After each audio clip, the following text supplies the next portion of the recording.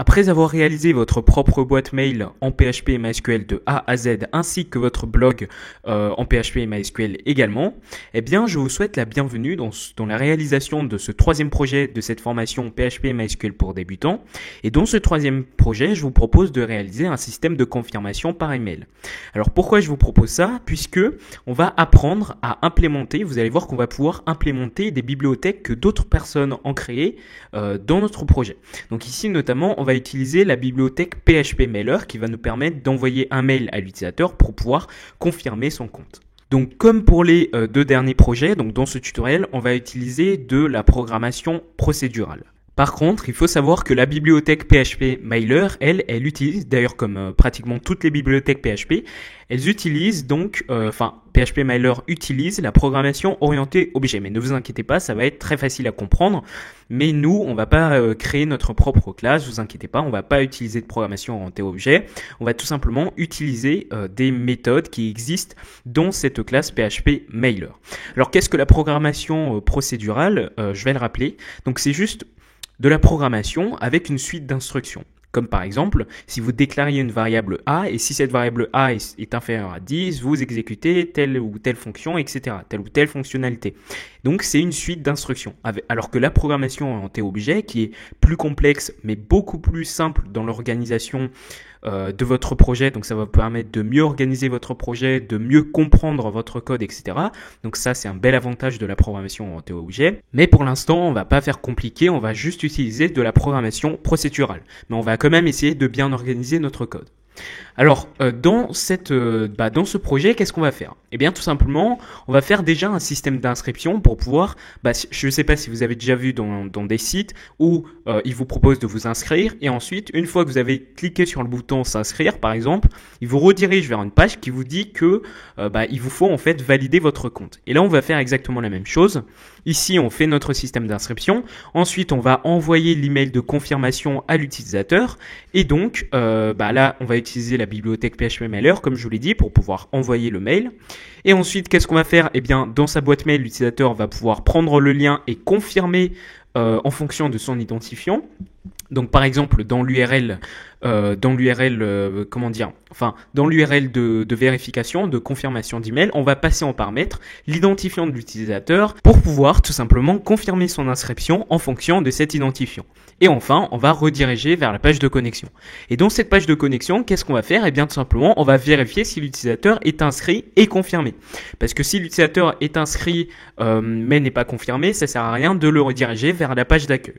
Et enfin, s'il est inscrit et confirmé, on va pouvoir le rediriger au niveau de notre page d'accueil, comme je vous l'ai dit.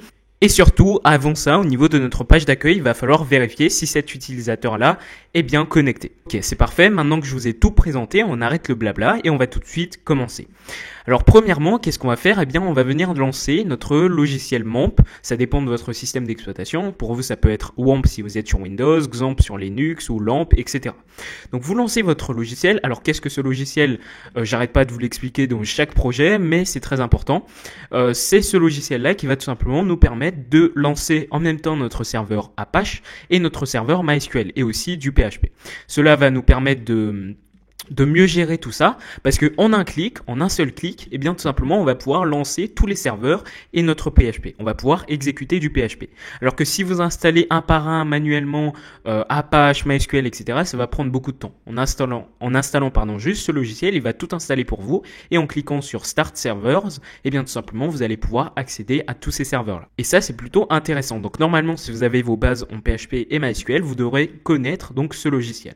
Alors on va lancer nos serveurs. Donc pour vous, si c'est WAMP, vous cliquez sur Start aussi, si je ne me trompe pas. Enfin, normalement, vous connaissez. Et donc, il va venir lancer notre WAMP, ici, donc notre page localhost.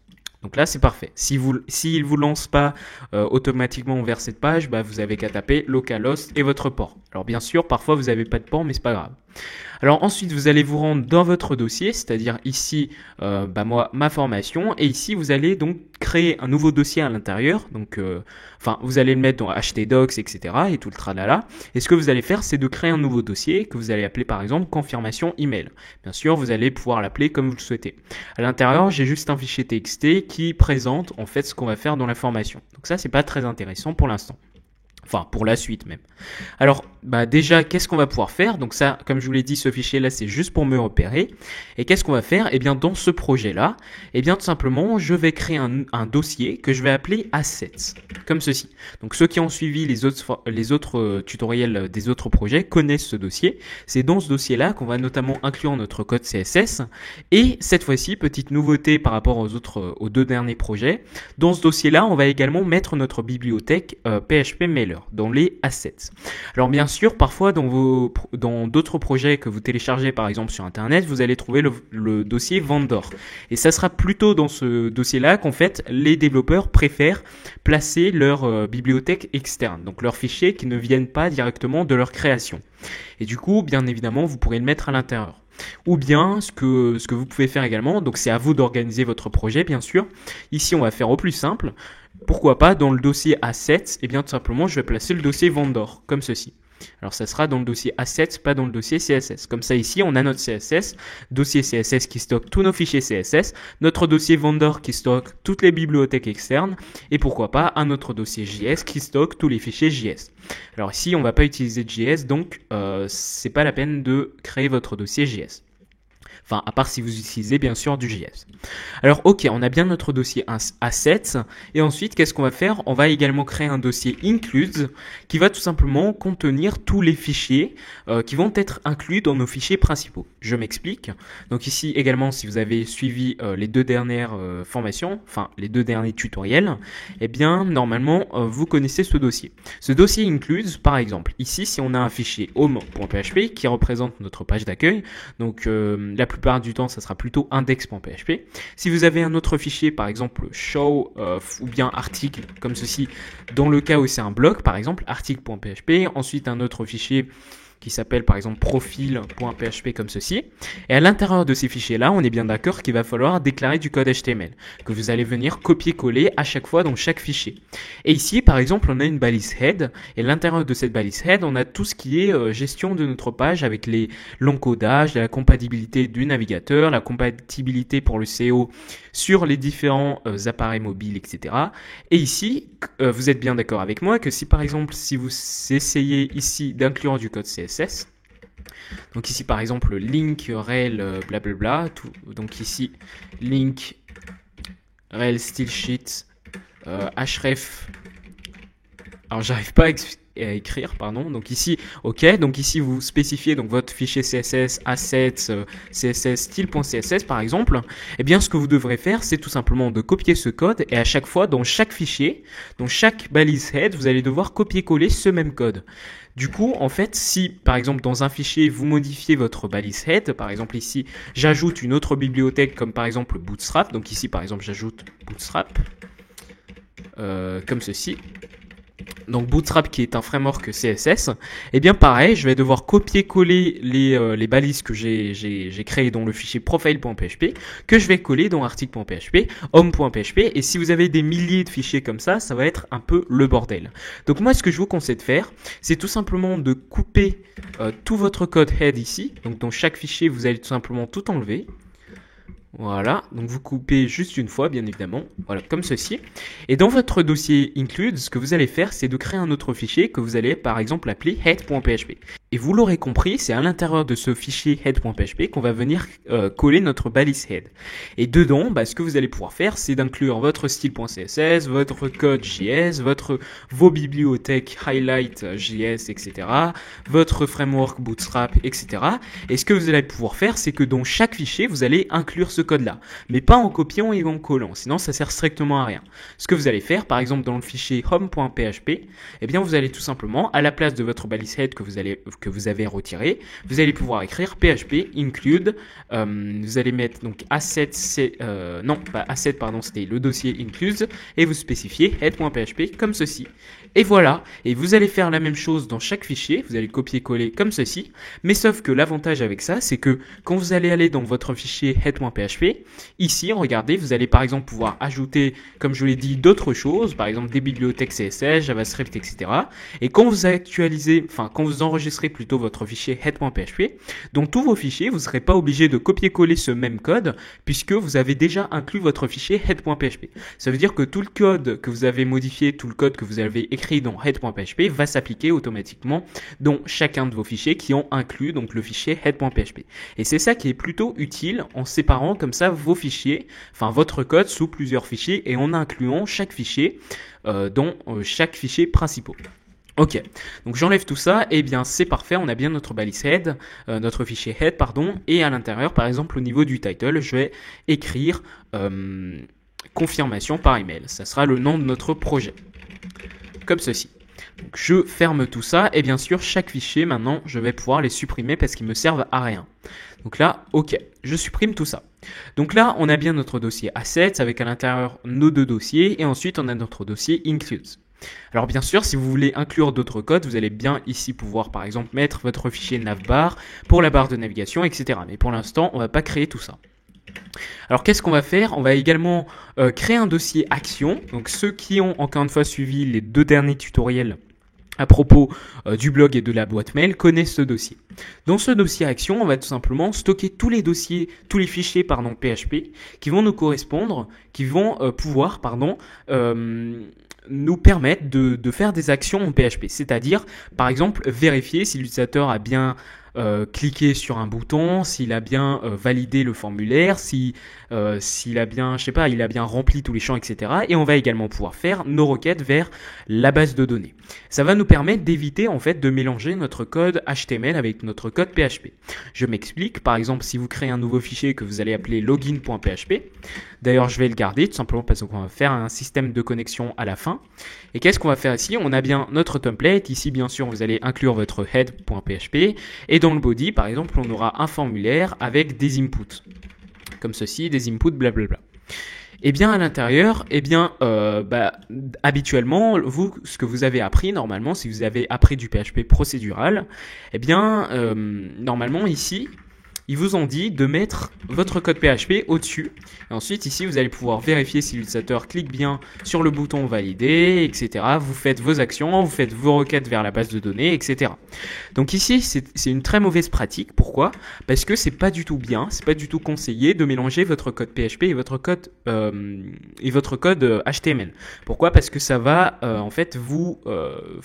après quand vous allez par exemple revenir dans votre projet une semaine plus tard ou des mois plus tard, quand vous avez un code comme ça qui est mélangé avec de l'HTML, du PHP, etc., vous allez vous perdre très facilement. Et donc c'est pour ça que moi ce que je vous conseille de faire, c'est de créer un dossier action. Bien évidemment, ici on part du principe que vous n'avez pas appris la programmation en T-objet et que également vous n'avez pas appris tout ce qui est architecture MVC, etc. Architecture MVC, je l'explique encore une fois, c'est une architecture qui va vous permettre d'organiser votre projet sous le modèle view et controller. Donc brièvement, je vais vous l'expliquer. Controller, c'est tout ce qui est vérification, par exemple au niveau du formulaire, etc. View, c'est tout ce que l'utilisateur va voir. Alors le controller va lier le modèle avec la view. View, comme je vous l'ai dit, c'est tout ce que l'utilisateur va voir. C'est tout ce qui est code HTML, affichage PHP, etc. Et le modèle, c'est tout ce qui est requête vers la base de données, etc. Et donc, pour pouvoir afficher ces requêtes-là dans la view, tout ce qui ont été récupérés lors des requêtes, le contrôleur va se charger de le faire à notre place. Enfin, pas à notre place parce que c'est nous-mêmes qui allons coder donc le contrôleur, la view et le modèle. Mais en gros, c'est ça. Donc, ça va nous permettre de mettre en place une architecture dans notre projet qui va nous permettre de faire une meilleure organisation. Comme ça, on va séparer notre code PHP, notre code HTML. Et là, on essaye à peu près de faire la même chose. On sépare notre code PHP dans des fichiers actions et on sépare notre code HTML dans des fichiers principaux. Donc là, c'est parfait. Donc, je vais tout enlever pour l'instant. Et donc, vous l'aurez compris, dans ce dossier action, on va mettre tous nos fichiers d'action, toutes nos vérifications PHP et nos requêtes vers la base de données. Ok, c'est parfait. Maintenant que vous avez tous vos dossiers et notre fichier login.php, qu'est-ce qu'on va pouvoir faire? Ici, dans notre fichier TXT, la première étape, c'est de faire notre inscription, notre système d'inscription. Pour cela, pourquoi pas créer un nouveau fichier qu'on va appeler signup.php. Alors bien sûr, je vous conseille toujours de coder en anglais. Alors ensuite, qu'est-ce qu'on va faire? On va créer notre template et comme je vous l'ai dit, pour éviter d'à chaque fois copier-coller le même code de la balise head, on va tout simplement inclure notre fichier includes head.php, comme ceci, donc dans le dossier include. Alors ensuite, qu'est-ce qu'on va faire ici? On va faire un formulaire. Mais pour cela, je ne vais pas m'embêter à écrire du code CSS, etc. Même si on a créé un dossier CSS. Moi, ce que je vais faire, c'est d'utiliser le framework Bootstrap. Bien évidemment, vous n'êtes pas obligé de connaître ce framework. Et ce framework Bootstrap va me permettre de générer des composants automatiquement en HTML. Enfin, il crée nos composants à notre place, si vous voulez, sans écrire du code CSS, sans que le développeur ait à écrire du code CSS. Donc ça, c'est plutôt pratique si vous voulez pas perdre trop de temps. Donc je vous conseille de vous renseigner sur le framework Bootstrap, qui est très intéressant. Voilà, comme ceci. D'ailleurs, il propose également un système de grid pour pouvoir rendre votre page responsive, etc. Donc ça, c'est intéressant.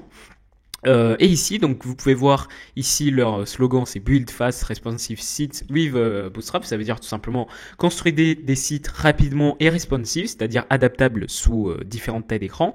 Donc ici, on va pas s'attarder là-dessus. On va juste télécharger le framework. Alors moi, j'ai pas envie de me retrouver avec plein de fichiers. Donc ce que je vais faire, c'est juste copier le CDN que nous génère ici Bootstrap. Donc encore une fois, vous n'êtes pas obligé de connaître tout ça. Vous pouvez tout coder en CSS si vous en avez envie. Alors ici, je vais copier donc l'importation CSS, voilà, comme ceci. Je vais me placer, comme je vous l'ai dit, quand on va importer des bibliothèques CSS, etc., on va le placer dans notre balise head. Donc dans notre fichier head.php, au-dessus du titre, pourquoi pas, je vais importer donc le CSS Bootstrap. Et ensuite, le JavaScript, ça va faire la même chose. Voilà, comme ceci. Ok. Donc une fois qu'on a importé notre framework Bootstrap, on va pouvoir utiliser les classes Bootstrap. Alors moi, ce que je vous conseille de faire, c'est d'aller dans la doc, voilà, et vous allez chercher ici, par exemple, Forms, pour les formulaires. Alors ici, il nous propose plein de choses. Donc si vous défilez, vous allez avoir tous les champs. Ici, vous allez avoir également, dans la barre latérale, vous allez pouvoir avoir tous les champs, tous les formulaires, tous les petits boutons, etc. Donc ici, on va pas s'attarder là-dessus. On va juste copier le code du formulaire. Alors ensuite, on va le coller au niveau donc de notre page signup.php, c'est notre formulaire d'inscription. Et ensuite, on va enlever les trucs qui servent à rien. Donc voilà, comme ceci. On va enlever également le champ check me out, comme ceci. Donc on va tout simplement dire à l'utilisateur de saisir une adresse email et un mot de passe. Au niveau du bouton valider, je vais juste écrire par exemple s'inscrire. Et au niveau de l'email adresse, ça va être pourquoi pas en français adresse email. Comme ceci. Et enfin, pour le mot de passe, ça va être mot de passe, comme ceci. Vous enlevez également les attributs qui vous servent à rien pour l'instant. Donc, bien évidemment, vous laissez les classes. C'est ce qui va vous permettre d'injecter, si vous voulez, ce code CSS là. Et donc, ici, j'enlève les attributs qui servent à rien, comme je vous l'ai dit, comme ceci. Ok, c'est parfait. Donc là, on a bien notre champ adresse email et mot de passe. Donc, si j'actualise ma page ici, je vais dans ma page plutôt signup.php, on a bien notre formulaire. Alors juste, il est collé au niveau de notre body et ça, c'est pas très joli. Donc je vais juste mettre une classe container qui est toujours une classe Bootstrap. Donc si j'actualise, il va normalement nous mettre des marges. Comme ceci. Ok. Alors je vais juste séparer ici. Je vais mettre des sauts de ligne, voilà, juste au-dessus de notre formulaire. Ok, on a bien notre formulaire. Alors bien sûr, vous allez pouvoir le modifier dans votre code CSS, etc. Mais c'est à vous de faire ça, bien évidemment. Alors ici, nous, ce qui nous intéresse, c'est tout le système qui se trouve derrière, c'est-à-dire le back avec du PHP, MySQL et les bibliothèques avec PHP Mailer. Alors, une fois que vous avez votre formulaire d'inscription, qu'est-ce que vous allez pouvoir faire? Eh bien, tout simplement, vous allez pouvoir aller dans le dossier action cette fois-ci, puisqu'on va faire notre action pour pouvoir donc insérer l'utilisateur dans notre table, dans notre base de données qui n'existe pas encore, hein, puisqu'on l'a pas encore créé. Donc dans le dossier action, on va créer un autre fichier qu'on va venir appeler par exemple database.php. Et c'est ce fichier-là qui va nous permettre d'accéder, de relier notre projet à notre base de données. Donc, qu'est-ce que je vais faire? Eh bien, tout simplement, je vais créer une base de données, enfin, une variable BDD pour base de données, et ensuite qui sera issue de la classe PDO. La classe PDO qui est une classe par défaut de PHP qui va nous permettre de nous connecter à notre base de données. Alors ici, je vais vous expliquer juste un peu le fonctionnement. PDO qui est une classe. Alors bien sûr, vous n'êtes pas obligé de retenir la syntaxe parce qu'on part du principe ici que vous n'avez pas fait de programmation orientée objet auparavant. Donc ici, une classe, c'est quoi? C'est tout simplement un groupe, si vous voulez, un modèle qui va nous permettre de modéliser la création d'objets. Alors qu'est-ce qu'un objet? C'est tout simplement une instance d'une classe. Alors ici, par exemple, la variable BDD, c'est en fait un nouvel objet. Ici, le new PDO, ça veut dire que c'est un nouvel objet de la classe PDO. Mais qu'est-ce qu'un objet? Un objet, c'est tout simplement, par exemple, si on prend l'exemple de l'espèce humaine. Donc ici, l'espèce humaine, quand on dit espèce humaine, eh bien, ça peut être représenté par une classe. Ça peut être représenté ici par la classe humain, comme ceci.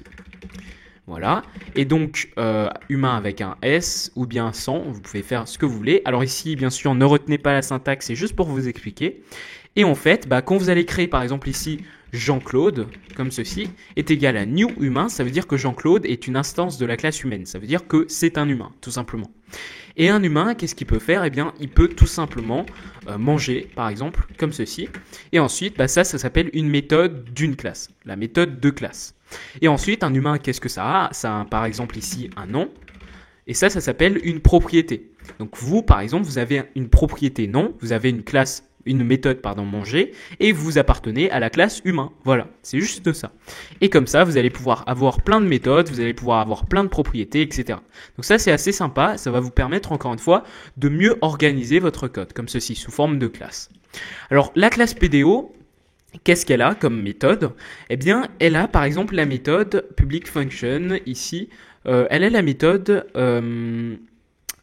query qui va nous permettre de faire des requêtes une fois, par exemple. Ensuite, on a également la méthode prepare qui nous permet également, comme query, de faire des requêtes et on va pouvoir exécuter cette requête, passer en paramètres pas des fonctions mais plutôt des variables qui vont nous permettre d'exécuter ces requêtes en fonction de quelque chose.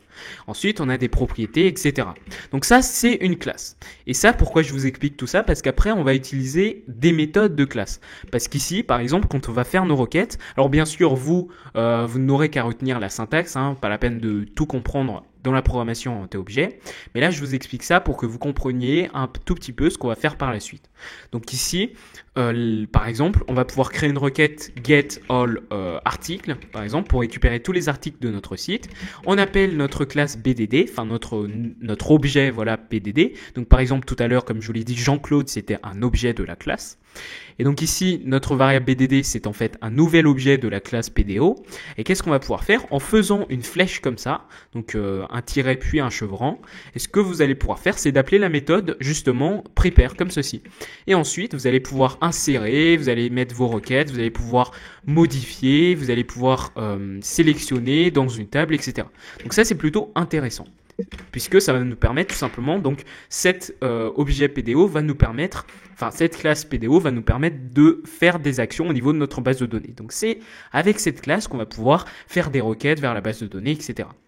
Donc voilà pour la petite aparté, pour la petite explication. Donc au niveau de votre fichier database.php, vous allez tout simplement déclarer, donc vous allez ouvrir les apostrophes. Ah oui, j'ai oublié de vous dire qu'une classe peut prendre des paramètres. Alors ici, ce qu'on met entre parenthèses, c'est tout simplement les paramètres en fait. Et ici, vous allez spécifier que vous allez utiliser du MySQL. Voilà. Ensuite, vous allez mettre vos 2 points. Donc bien sûr, si vous utilisez autre que du MySQL, par exemple du PostgreSQL, etc., vous allez pouvoir mettre ça ici. Alors ici, on utilise du MySQL. Ensuite, vous allez spécifier votre hébergeur. Donc ici, si vous êtes sur un hébergeur en ligne, c'est-à-dire OVH, etc., normalement, votre hébergeur en ligne devrait vous fournir cet host-là. Mais comme je vous l'ai dit, vu qu'on utilise ici un serveur local, notamment MAMP, ou WAMP, ou XAMPP, etc., eh bien, ici, vous mettez égal localhost, comme ceci, puisqu'on est sur un serveur local. Et ensuite, vous allez mettre un point virgule et vous allez spécifier le nom de votre base de données. Pour l'instant, on n'a pas créé de base de données, donc on n'a rien à spécifier. Et ensuite, qu'est-ce que vous allez faire? Eh bien, tout simplement, en deuxième paramètre, vous allez spécifier votre nom d'utilisateur de votre serveur MySQL. Donc, moi, c'est root. Et votre mot de passe, ce sera le troisième paramètre, ce sera donc root également. Alors, votre mot de passe ici, ça dépend de votre serveur, bien sûr. D'ailleurs, votre nom d'utilisateur et mot de passe, ça dépend de votre configuration. Donc, je vous invite à vérifier tout ça. Alors, ok, donc maintenant, comme je vous l'ai dit, on n'avait pas de base de données. Eh bien, tout simplement, on va pouvoir la créer. Donc pour cela, eh bien, je vais faire un localhost comme ceci et vous mettez /phpMyAdmin pour pouvoir donc accéder à tout ce qui est base de données. Donc ici, comme je vous l'ai montré, vous allez pouvoir voir vos configurations, notamment ici par exemple, on a mon nom d'utilisateur, ça sera root. Alors ensuite, qu'est-ce que vous allez faire? Vous allez cliquer sur nouvelle base de données. comme ceci. Et au niveau du nom de votre base de données, vous allez l'appeler par exemple votre nom de plateforme, votre nom d'entreprise, etc. Donc par exemple Wistiti, si votre entreprise s'appelle Wistiti, etc. Bon, ici par exemple, moi, ça va s'appeler confirmation email, comme ceci. Confirmation email. Je crée ma base de données, ok. Donc là, comme vous pouvez le voir dans la barre latérale, on a bien cette base de données qui s'est créée. Et au niveau du nom, ici, au niveau de nouvelles tables, en fait, il vous propose de créer des tables. Et qu'est-ce qu'une table? C'est tout simplement un élément en fait qui va pouvoir stocker vos données. Par exemple, on aura la table utilisateur qui va pouvoir stocker tous les utilisateurs de notre site. Et justement, ici, on va venir faire un système d'inscription. Ça veut dire qu'on va inscrire des utilisateurs de notre site. Et on va les inscrire où? On va les inscrire dans la base de données confirmation email, mais plus précisément dans la table users. Donc ensuite, il vous propose le nom de votre table et ensuite nombre de colonnes, ça sera le nombre de champs que vous aurez dans votre table. Quand je dis nombre de champs, ça sera le champ nom, ça sera le champ prénom, ça sera le champ âge, le champ email, le champ mot de passe, etc. Donc ici, par exemple, on va juste mettre l'identifiant de l'utilisateur pour pouvoir le reconnaître sur le site. Et ensuite, on aura quoi? On aura également son nom, son prénom, mais ça, on s'en fout.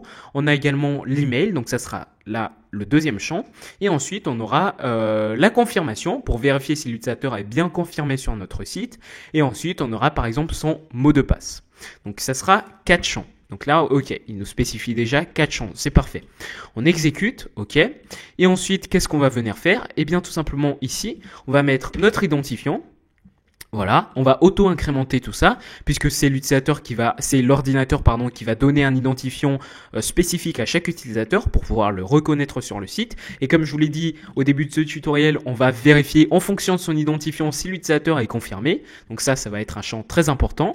Ensuite, on va stocker son email et on va vérifier s'il est confirmé sur notre site. Donc pourquoi pas faire un champ confirmé comme ceci.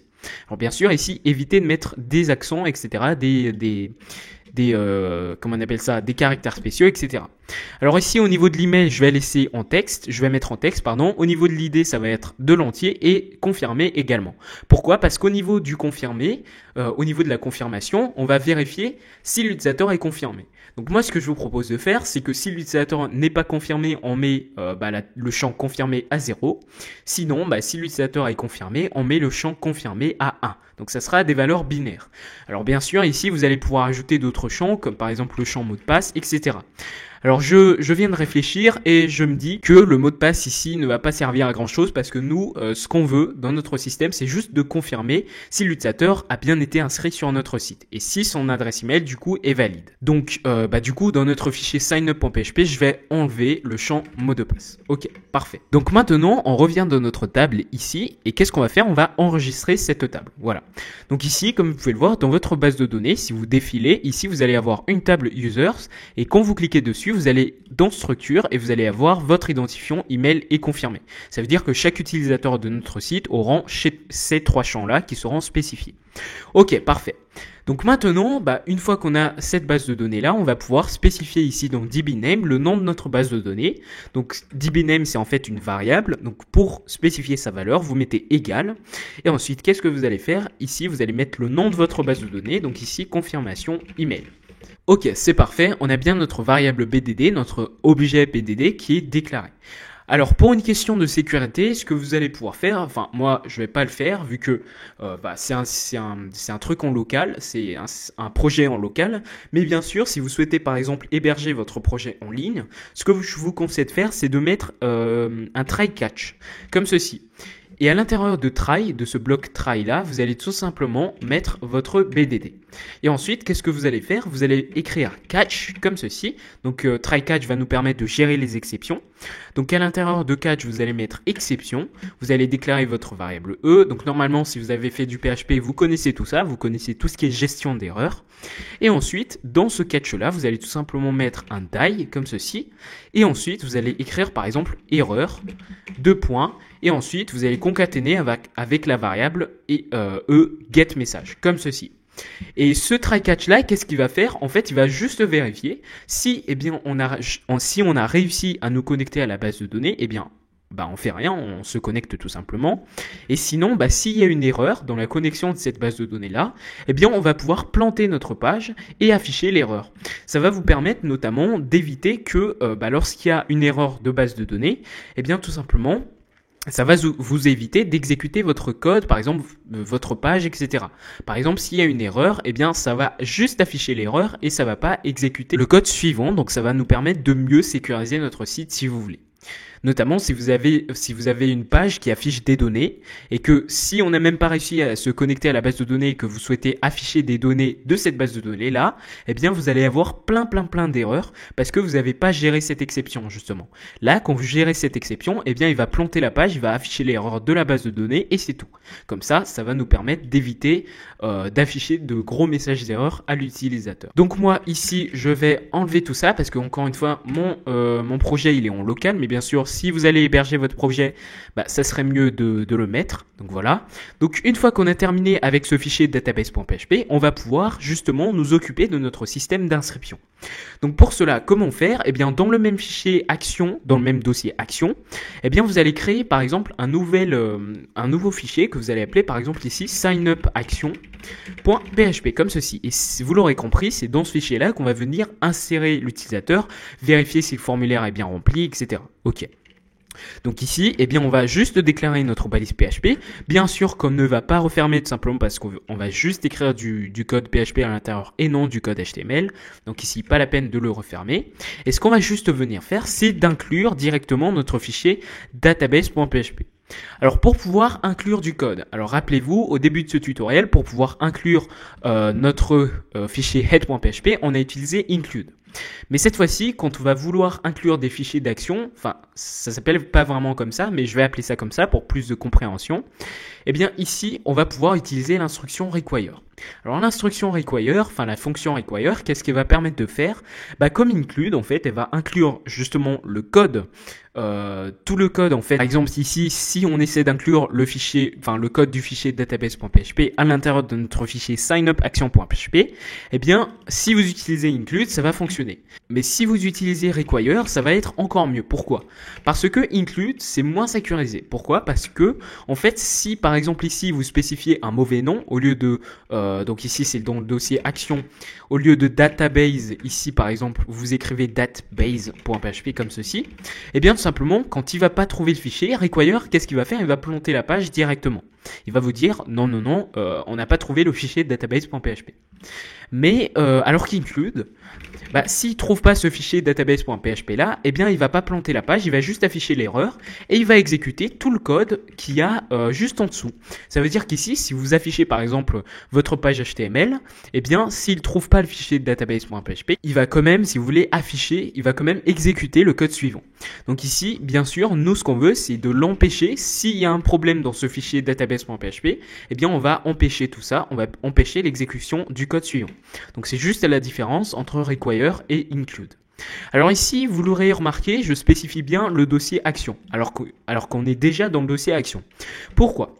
Parce qu'en fait, de notre fichier signup.php, eh bien tout simplement, on va inclure tout le code qu'il y a dans ce fichier signupaction.php.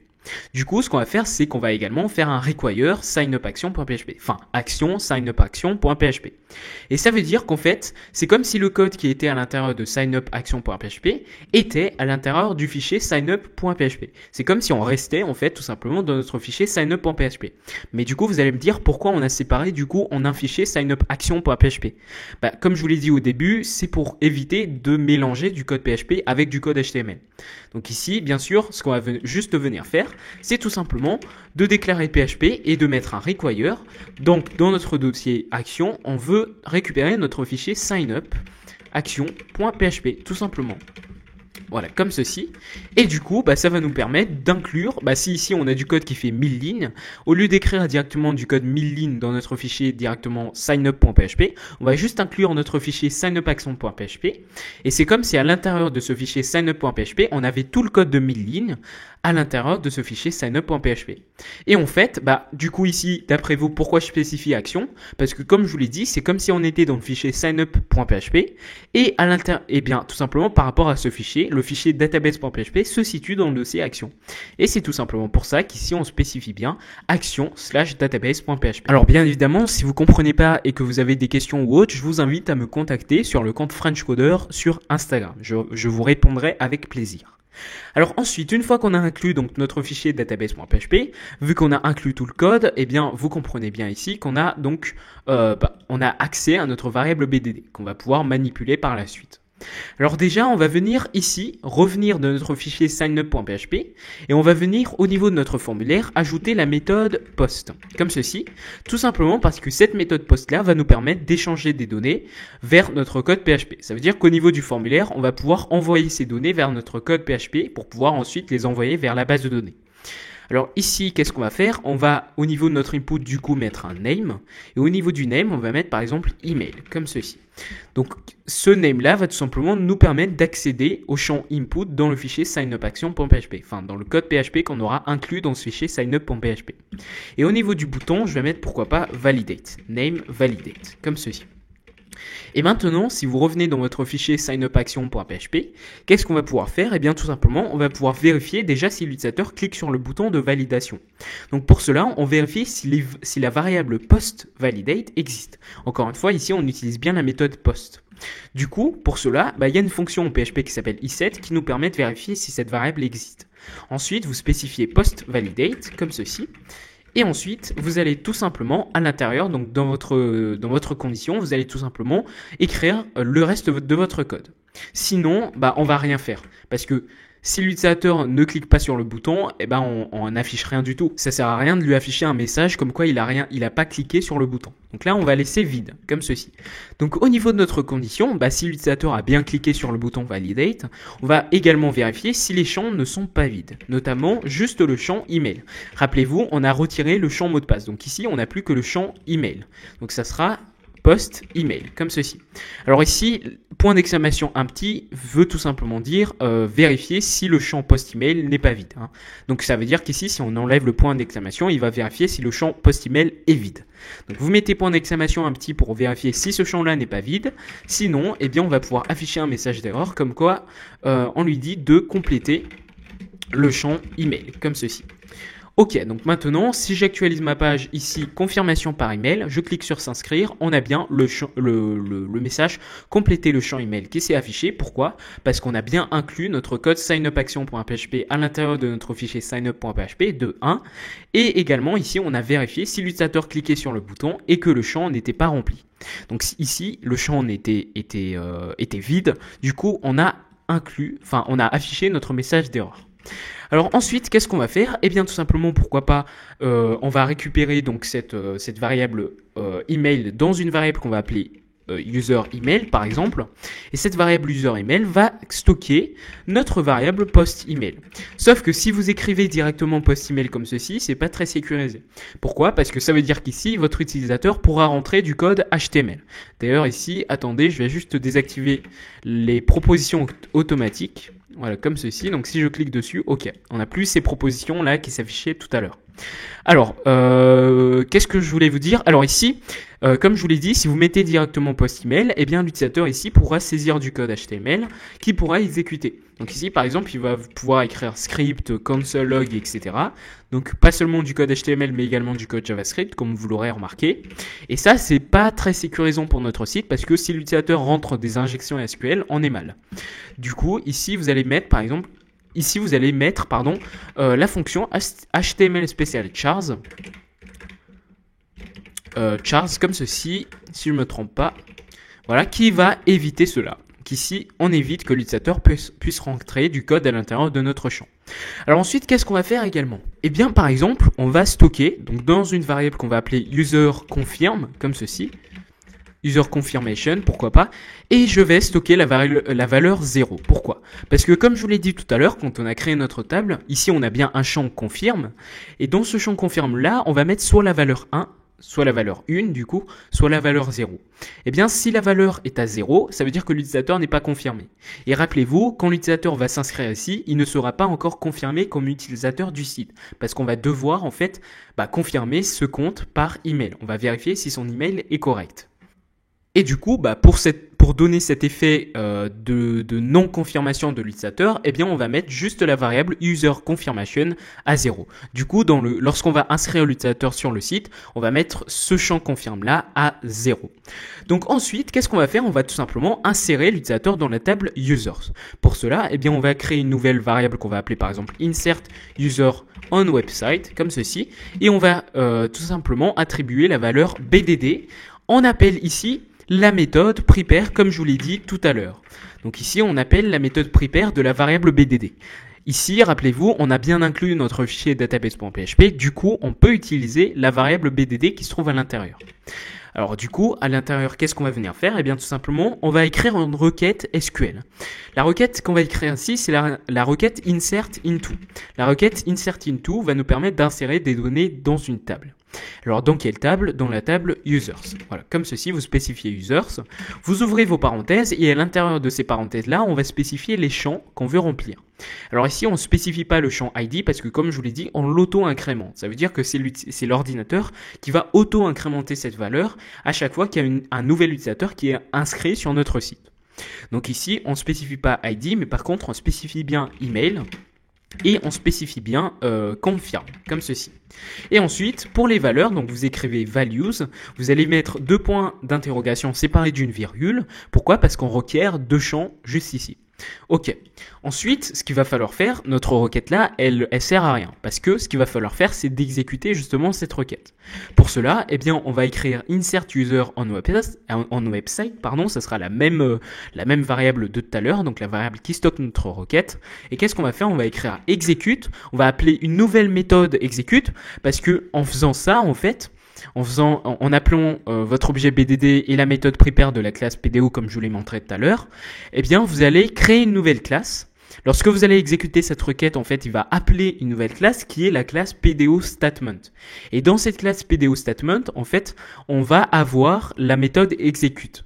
Et cette méthode d'exécuter va nous permettre tout simplement d'exécuter la requête, comme son nom l'indique.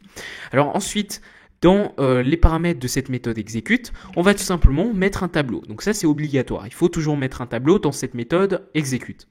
Et dans ce tableau, vous l'aurez compris, on va tout simplement stocker les valeurs que l'utilisateur a rentrées. Notamment, ici, au niveau du champ email, on va mettre l'email que l'utilisateur a rentré, c'est-à-dire user email, comme ceci.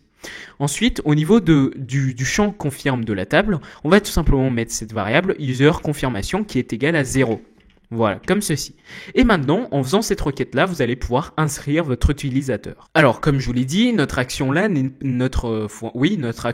pas terminée. Pourquoi? Parce que c'est bien beau d'insérer l'utilisateur sur le site, mais maintenant, ce qu'on veut faire, c'est tout simplement de lui envoyer l'email de confirmation, donc de lui dire qu'on a envoyé un email de confirmation, et dans sa boîte mail, il va tout simplement recevoir cet email de confirmation, et il va pouvoir la copier-coller, et ensuite, quand il va la coller dans son navigateur, il va pouvoir être inscrit, il va pouvoir être confirmé sur le site. Eh bien, c'est ce qu'on va venir faire tout de suite. Alors maintenant, comme je vous l'ai dit, on va venir nous occuper de l'envoi de l'email de confirmation. Alors déjà, avant de faire le système, il faut comprendre comment tout ça va fonctionner. Alors moi, ce que je vous propose de faire, c'est tout simplement, lorsque l'utilisateur va s'inscrire sur le site, on va lui envoyer un email de confirmation avec à l'intérieur un lien. Un lien qui va ressembler à ça. Par exemple ici, HTTPS, etc. Mais dans notre cas, vu qu'on est en localhost, ça sera HTTP localhost 2.888, etc. Bien sûr, ici, si vous hébergez votre site, faudra modifier par le nom de domaine de votre site, bien sûr. Et ensuite, après le slash, par exemple, on va mettre le nom d'une page qui va s'appeler, par exemple, verify user confirmation, pourquoi pas. Confirmation, voilà. Et ensuite, qu'est-ce qu'on va faire? Ça sera .php dans notre cas. Et ensuite, tout simplement, ce qu'on va venir faire, c'est de passer en paramètre un identifiant de l'utilisateur en question dont on souhaite confirmer le compte. Donc, par exemple, ici, ça sera l'identifiant numéro 5. Imaginons que l'utilisateur dont on souhaite confirmer le compte possède l'identifiant numéro 5. Donc ici, dans l'URL, on va pouvoir passer en paramètre l'identifiant numéro 5 de l'utilisateur et ensuite, à partir de cet identifiant, on va pouvoir confirmer son compte. Mais sauf que si on fait ça, il y a une grosse faille de sécurité. Pourquoi? Parce que ça veut dire que chaque utilisateur, un utilisateur lambda du site pourra en fait accéder à ce lien-là, vu qu'il connaît la syntaxe, et qu'est-ce qu'il va pouvoir faire? Il va tout simplement remplacer ce paramètre identifiant là, par exemple, par un nombre au hasard. Par exemple, il va mettre le nombre 78. Ça veut dire que quand il va saisir cette URL, ce lien dans son URL, ça veut dire que l'identifiant numéro 78, ça veut dire que l'utilisateur qui possède cet identifiant-là rentré par l'utilisateur, ici l'identifiant numéro 78, va être automatiquement confirmé sur le site. Et ça, c'est pas un effet désiré.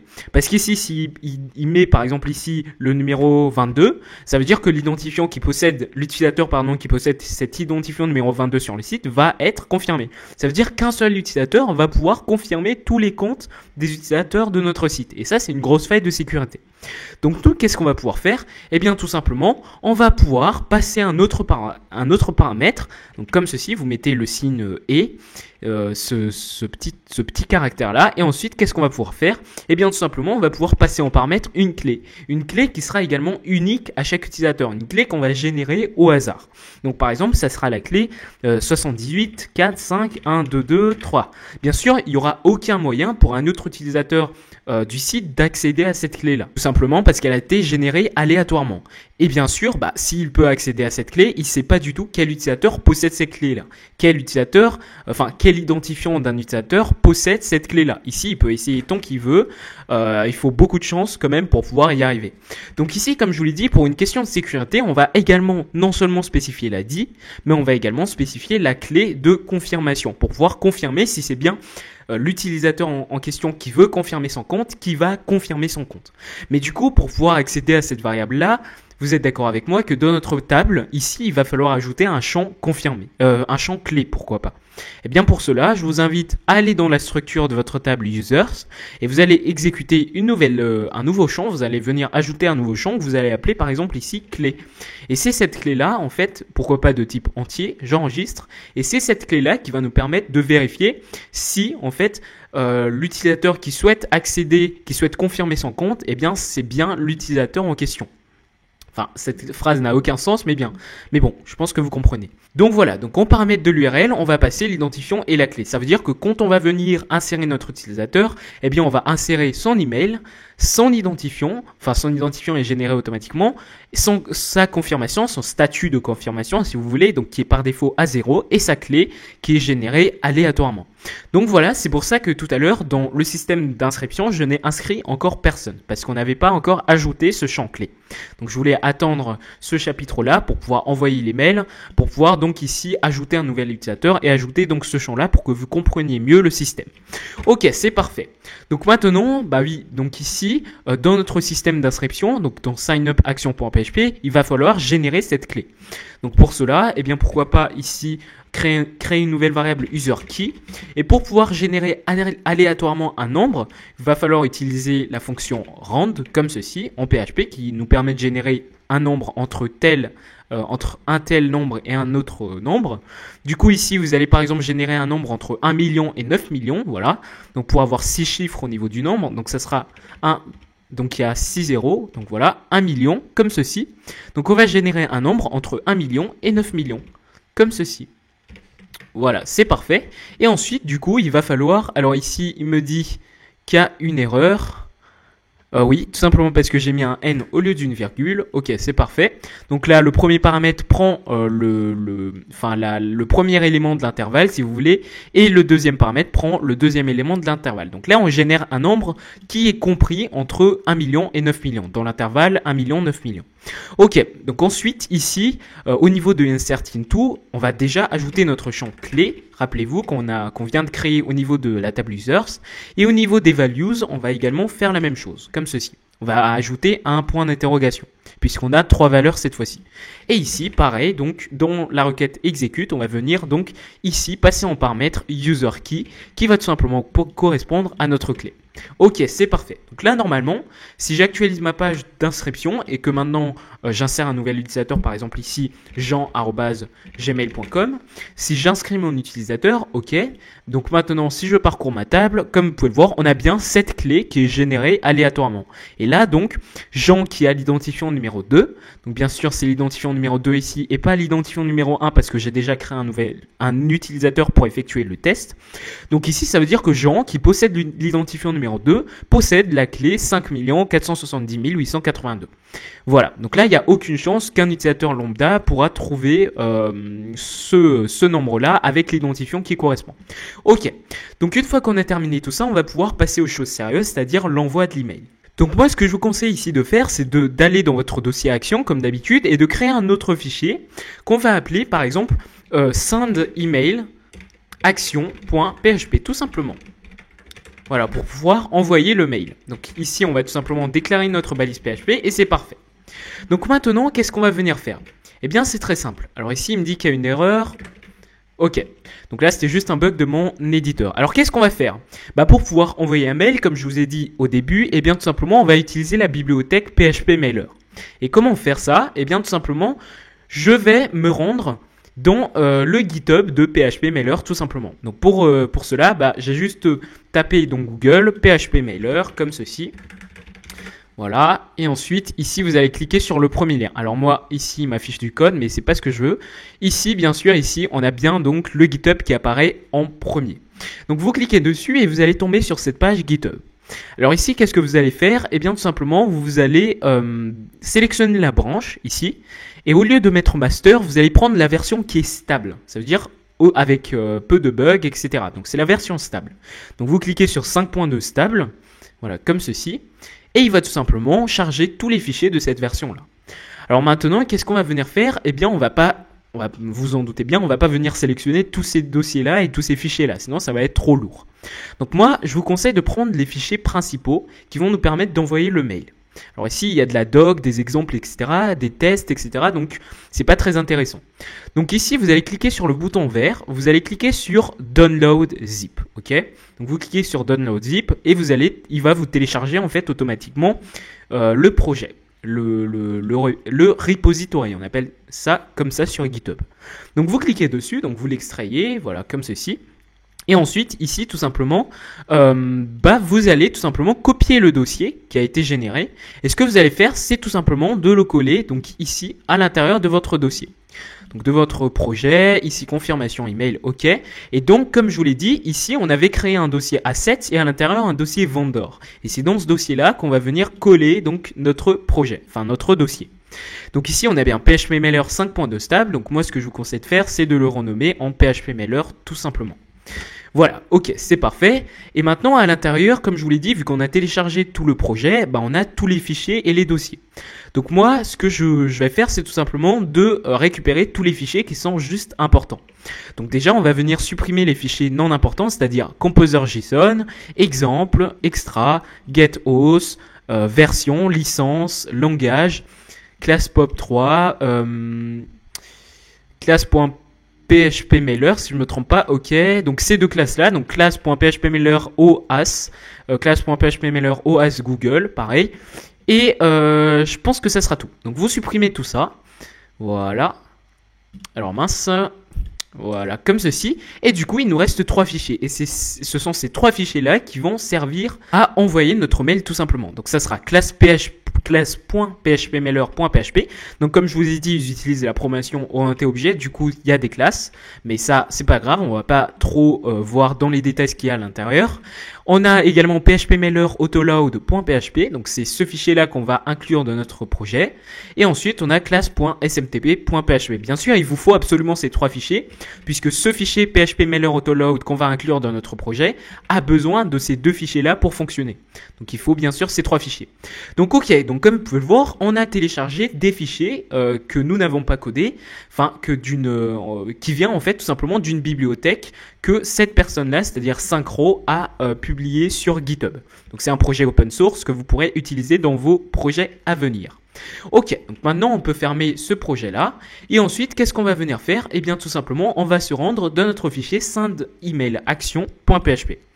Donc maintenant, pour pouvoir utiliser cette bibliothèque, il faut l'inclure. Donc comme je vous l'ai dit, on va venir juste inclure notre fichier phpmailer autoload.php, d'accord?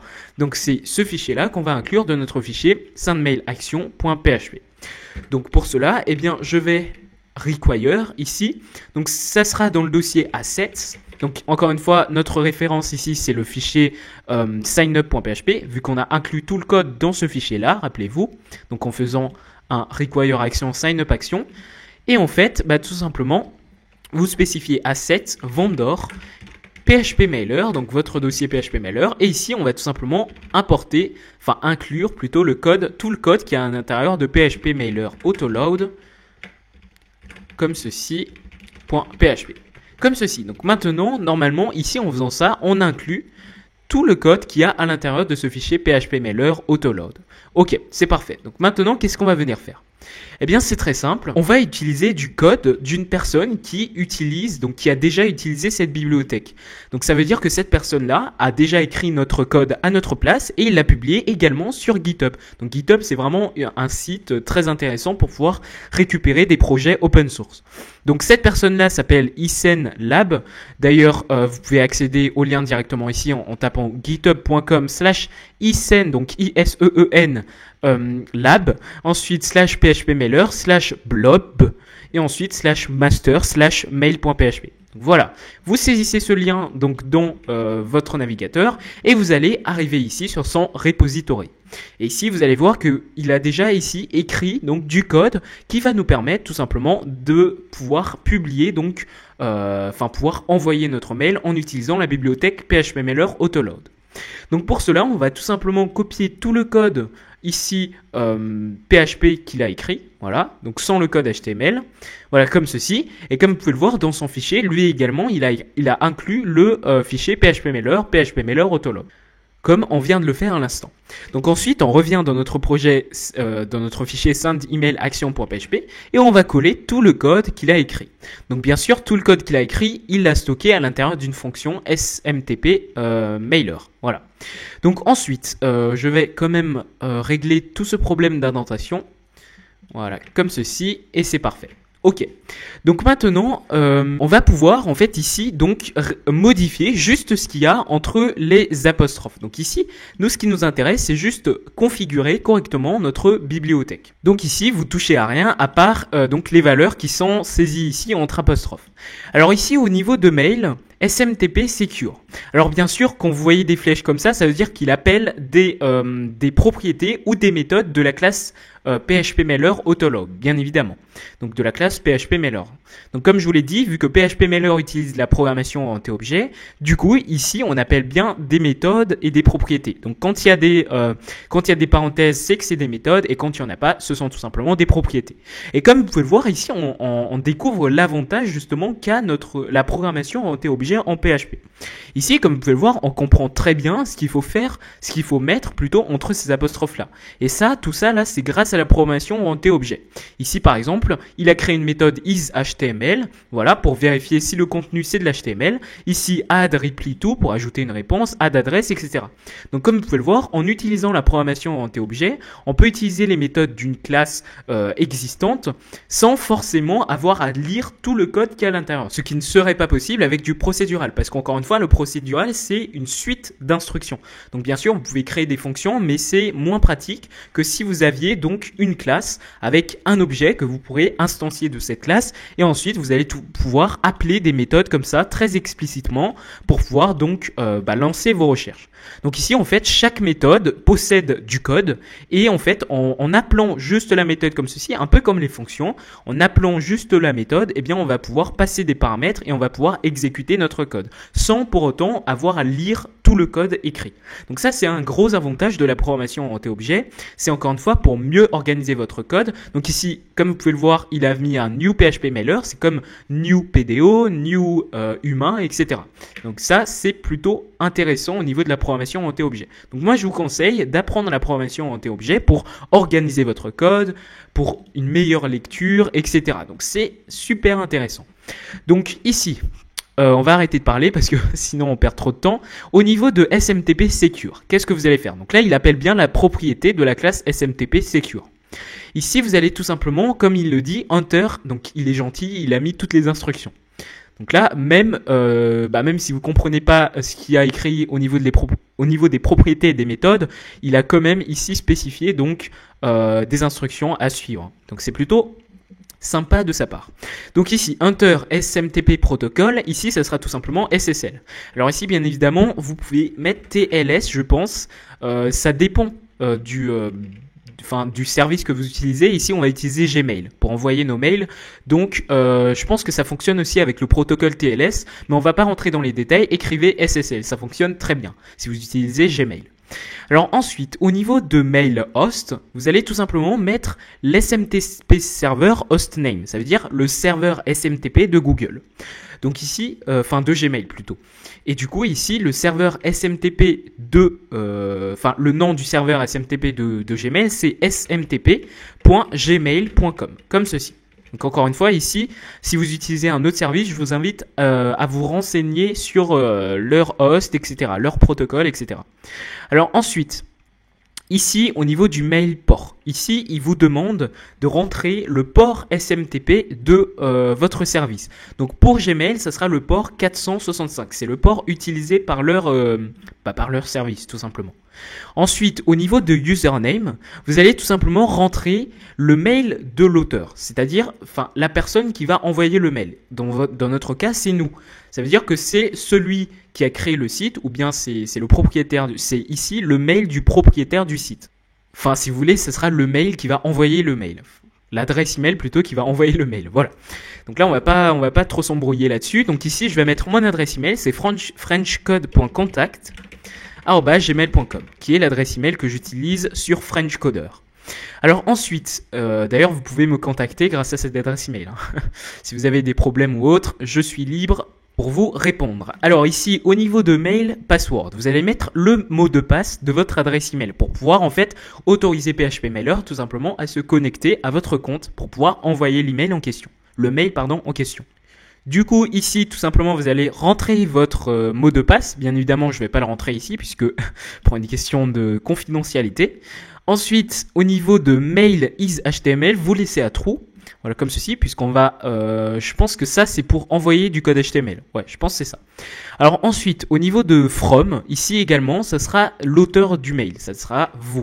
Donc le propriétaire du site, frenchcode.contact@gmail.com, comme d'habitude. Ok, ici vous changez rien du tout. Et ensuite, ici, cette condition va tout simplement nous permettre d'envoyer le mail. Donc ici... alors ici, il affiche un message d'erreur. Bien sûr, vous pouvez remplacer cette variable par un simple echo. Voilà, comme ceci. Donc ici, bien sûr, problème survenu lors de l'envoi du mail, comme ceci. Du mail. Donc là, si il envoie le mail, mais qu'il y a un problème, et bien tout simplement, on affiche ce message d'erreur. Et bien sinon, s'il a réussi à envoyer le mail, on va pouvoir donc afficher un beau message. On va rien afficher du tout. Voilà, comme ceci. Ok, c'est parfait. Maintenant, il ne nous reste plus qu'à spécifier ces variables-là. Donc ici, on a tout, c'est-à-dire envoyer à qui en fait. Donc ici, vous allez mettre normalement l'adresse email qui a été saisie lorsque l'utilisateur s'est inscrit, c'est-à-dire la variable user email, comme ceci. Donc vous mettez la variable user email. Alors bien évidemment, ici, on ne peut pas directement accéder à cette variable si on n'a pas inclus le fichier send email action dans notre fichier signup action, mais ça, on va faire ça tout à l'heure. Ensuite, from, ça sera encore une fois donc votre adresse email. Donc ici, vous mettez votre adresse email. Ensuite, le name, ça sera donc le nom de celui qui a envoyé le mail. Donc ici, ça sera FrenchCoder, comme ceci. Et ensuite, au niveau de subj, ça sera l'objet de votre mail. Donc ici, par exemple, vous mettez email de confirmation. Et ensuite, par exemple, vous mettez deux points, le nom de votre site. Donc moi, je ne vais pas mettre ça. Et ensuite, au niveau du message. Le message, c'est là que ça va être important. Enfin, tout est important, mais là, le message, c'est vraiment très important. Puisque c'est tout simplement à cet endroit-là que vous allez tout simplement mettre l'adresse pour permettre à l'utilisateur de confirmer son compte. Alors déjà, il va falloir, dans le fichier signup-action.php, il va falloir récupérer les informations de l'utilisateur qu'on a insérées dans notre table lorsqu'il s'est inscrit. Donc pour cela, on va créer par exemple une nouvelle requête qu'on va appeler getUserInfo. Comme ceci, rec pour requête, et ensuite est égal à bdd comme d'habitude, prepare, voilà, requête prepare pour pouvoir récupérer des données. Donc select, ici vous appelez donc la requête select pour récupérer des données d'une table. Ensuite, vous allez récupérer quoi? Eh bien, tout simplement, on va récupérer l'identifiant de l'utilisateur et la clé de l'utilisateur. Donc, rappelez-vous, dans notre table ici, users, eh bien, on avait pour chaque utilisateur un email, un identifiant, un champ confirme pour pouvoir vérifier si l'utilisateur a bien été confirmé sur le site ou non, et une clé. Donc la clé, c'était encore une fois pour pouvoir mieux sécuriser la confirmation du compte, pour que un utilisateur lambda ne puisse pas confirmer le compte de quelqu'un à sa place. Donc là, ok, on récupère l'identifiant et la clé de l'utilisateur. From, donc vous spécifiez la table, ça sera la table users, comme ceci, where, comme ceci, et vous allez tout simplement ici spécifier l'email de l'utilisateur. Mais sauf que si on ne vérifie que l'email de l'utilisateur, eh bien ça pose également problème, tout simplement parce que si deux utilisateurs ont la même adresse email, c'est pas bon. Donc bien évidemment ici vous pourrez vérifier en PHP si deux utilisateurs ont la même adresse email sur votre site, eh bien on empêche l'inscription. Mais ici on va éviter d'aller dans les détails et du coup je vais également vérifier en fonction de la clé de l'utilisateur. Ok, parfait. Donc ensuite, on va exécuter cette requête en appelant la méthode execute de l'objet PDOStatement. Voilà, et donc dans un tableau, comme d'habitude, on va venir ici spécifier ou tout simplement l'email, ce sera l'email qui a saisi l'utilisateur lors de son inscription. Voilà, comme ceci. Et ensuite, la clé ici, donc la clé, puisqu'on vérifie également en fonction de l'email et de la clé, eh bien la clé, ça sera tout simplement userKey, la variable userKey qu'on a spécifiée tout à l'heure, qui nous permet tout simplement de générer une clé aléatoire pour la confirmation de l'utilisateur. Ok, maintenant qu'on a terminé cette requête, il va falloir vérifier si l'utilisateur existe bien dans la table. Pour cela, on fait if et ensuite on spécifie la requête getUserInfoRec et ensuite on appelle la méthode, encore une fois de PDOStatement, on l'appelle rowCount. Donc cette méthode rowCount là permet de vérifier le nombre de données qui a été récupéré lors de la requête. Du coup ici, si le nombre de données qui a été récupéré lors de la requête est supérieur à 0, eh bien tout simplement on va venir récupérer les informations. Donc ça veut dire que l'utilisateur existe finalement sur le site, vu qu'on l'a inscrit. Donc là, normalement, on devrait toujours rentrer dans cette condition, tout simplement parce que, cette condition devrait toujours être valide parce qu'on a inscrit l'utilisateur juste avant. Mais c'est toujours bien de vérifier. Donc ici, qu'est-ce qu'on va faire? Eh bien tout simplement, on va créer une variable qu'on va appeler par exemple userInfo, qui va stocker toutes les informations de l'utilisateur, notamment l'identifiant et la clé de l'utilisateur. Donc cette user-info là va correspondre à getUserInfo, on appelle la méthode fetch. La méthode fetch va pouvoir nous permettre de récupérer les données sous forme d'un tableau. Et ensuite, qu'est-ce qu'on va venir faire? Eh bien tout simplement, on va pouvoir inclure tout le code du fichier sendEmailAction.php. Donc tout le code qu'on a écrit ici pour pouvoir envoyer le mail en question. Donc pour cela, eh bien je vais require ici le fichier qui se trouve dans action, du coup qui s'appelle sendEmailAction.php. Alors ici encore une fois on spécifie bien le dossier action parce que techniquement on se trouve encore dans le dossier signup.php puisqu'on a inclus juste le code signupaction.php dans ce fichier là. Eh bien, tout simplement, par rapport à ce fichier signup.php, le fichier sendEmailAction.php se trouve bien dans le dossier action. C'est pour ça qu'ici, on spécifie bien action. Et enfin, qu'est-ce qu'on va pouvoir faire une fois qu'on a envoyé le mail? Eh bien, tout simplement, on va pouvoir rediriger l'utilisateur. Enfin non, on va pas rediriger l'utilisateur, on va par contre afficher un message comme quoi un email de confirmation vous a été envoyé par mail comme ceci. Voilà, pour vous inscrire, pour vous authentifier par exemple sur le site, comme ceci. Ok, donc là on a bien notre petit message qui s'affiche après avoir envoyé le mail. Ok, parfait. Donc ensuite, une fois qu'on a terminé avec notre signupaction.php, eh bien on va pouvoir ici rédiger notre message en question, c'est-à-dire l'URL, l'adresse pour pouvoir confirmer le mail de l'utilisateur. Donc nous, comme d'habitude, vu qu'on est en local, ça sera http localhost donc ici c'est le port 8888, voilà, /. Donc bien sûr ici, parfois vous n'avez pas de port, c'est à vous de voir, c'est à vous de vérifier tout ça. Voilà, donc ici c'est bien localhost 8888 /, ensuite ça sera YouTube formation PHP Boss blablabla. Donc ici vous copiez tout, donc toute la destination en fait de votre projet. Et ensuite, au niveau du fichier, en fait, ça sera plus signup.php. On va par exemple créer un nouveau fichier dans le dossier action et on va l'appeler verify if ou bien verify user. Ouais, non, c'est pas très spécifique. Vous savez quoi? On va l'appeler par exemple confirm, voilà, user. confirm user action.php pardon, parce que c'est toujours un fichier d'action qui va venir effectuer des requêtes vers la base de données. Ok, donc là on a bien notre URL qui s'affiche correctement. Sauf que moi tout à l'heure je vous ai dit qu'on va passer en paramètre également l'identifiant de l'utilisateur ainsi que sa clé pour pouvoir confirmer cet utilisateur en fonction de son identifiant et de sa clé. Donc pour cela, eh bien, j'ajoute ici un point d'interrogation pour pouvoir spécifier des paramètres et ici je rajoute donc l'identifiant de l'utilisateur qui sera égal et du coup ici on concatène cet identifiant avec ici userinfo ID. Donc ici userinfo ID, vu qu'on souhaite récupérer le champ ID, la donnée plutôt ID qui a été récupérée ici dans la variable userinfo, à l'issue de la requête, hein, bien sûr. Et ensuite, on veut également spécifier sa clé. Donc pour spécifier un second paramètre, bah, il vous suffit de mettre le signe et. Je ne sais pas comment ça s'appelle, mais c'est, en tout cas, c'est ce symbole-là. Alors je vais zoomer pour que vous voyez bien. Voilà, donc c'est ce petit symbole-là. Voilà, comme ceci. Ici, j'arrive pas à afficher, ok. Donc c'est ce petit symbole-là, normalement, qui se trouve sur votre touche 1, si je me trompe pas, sur votre clavier. Alors je vais dézoomer par contre parce que là c'est pas pratique, ok.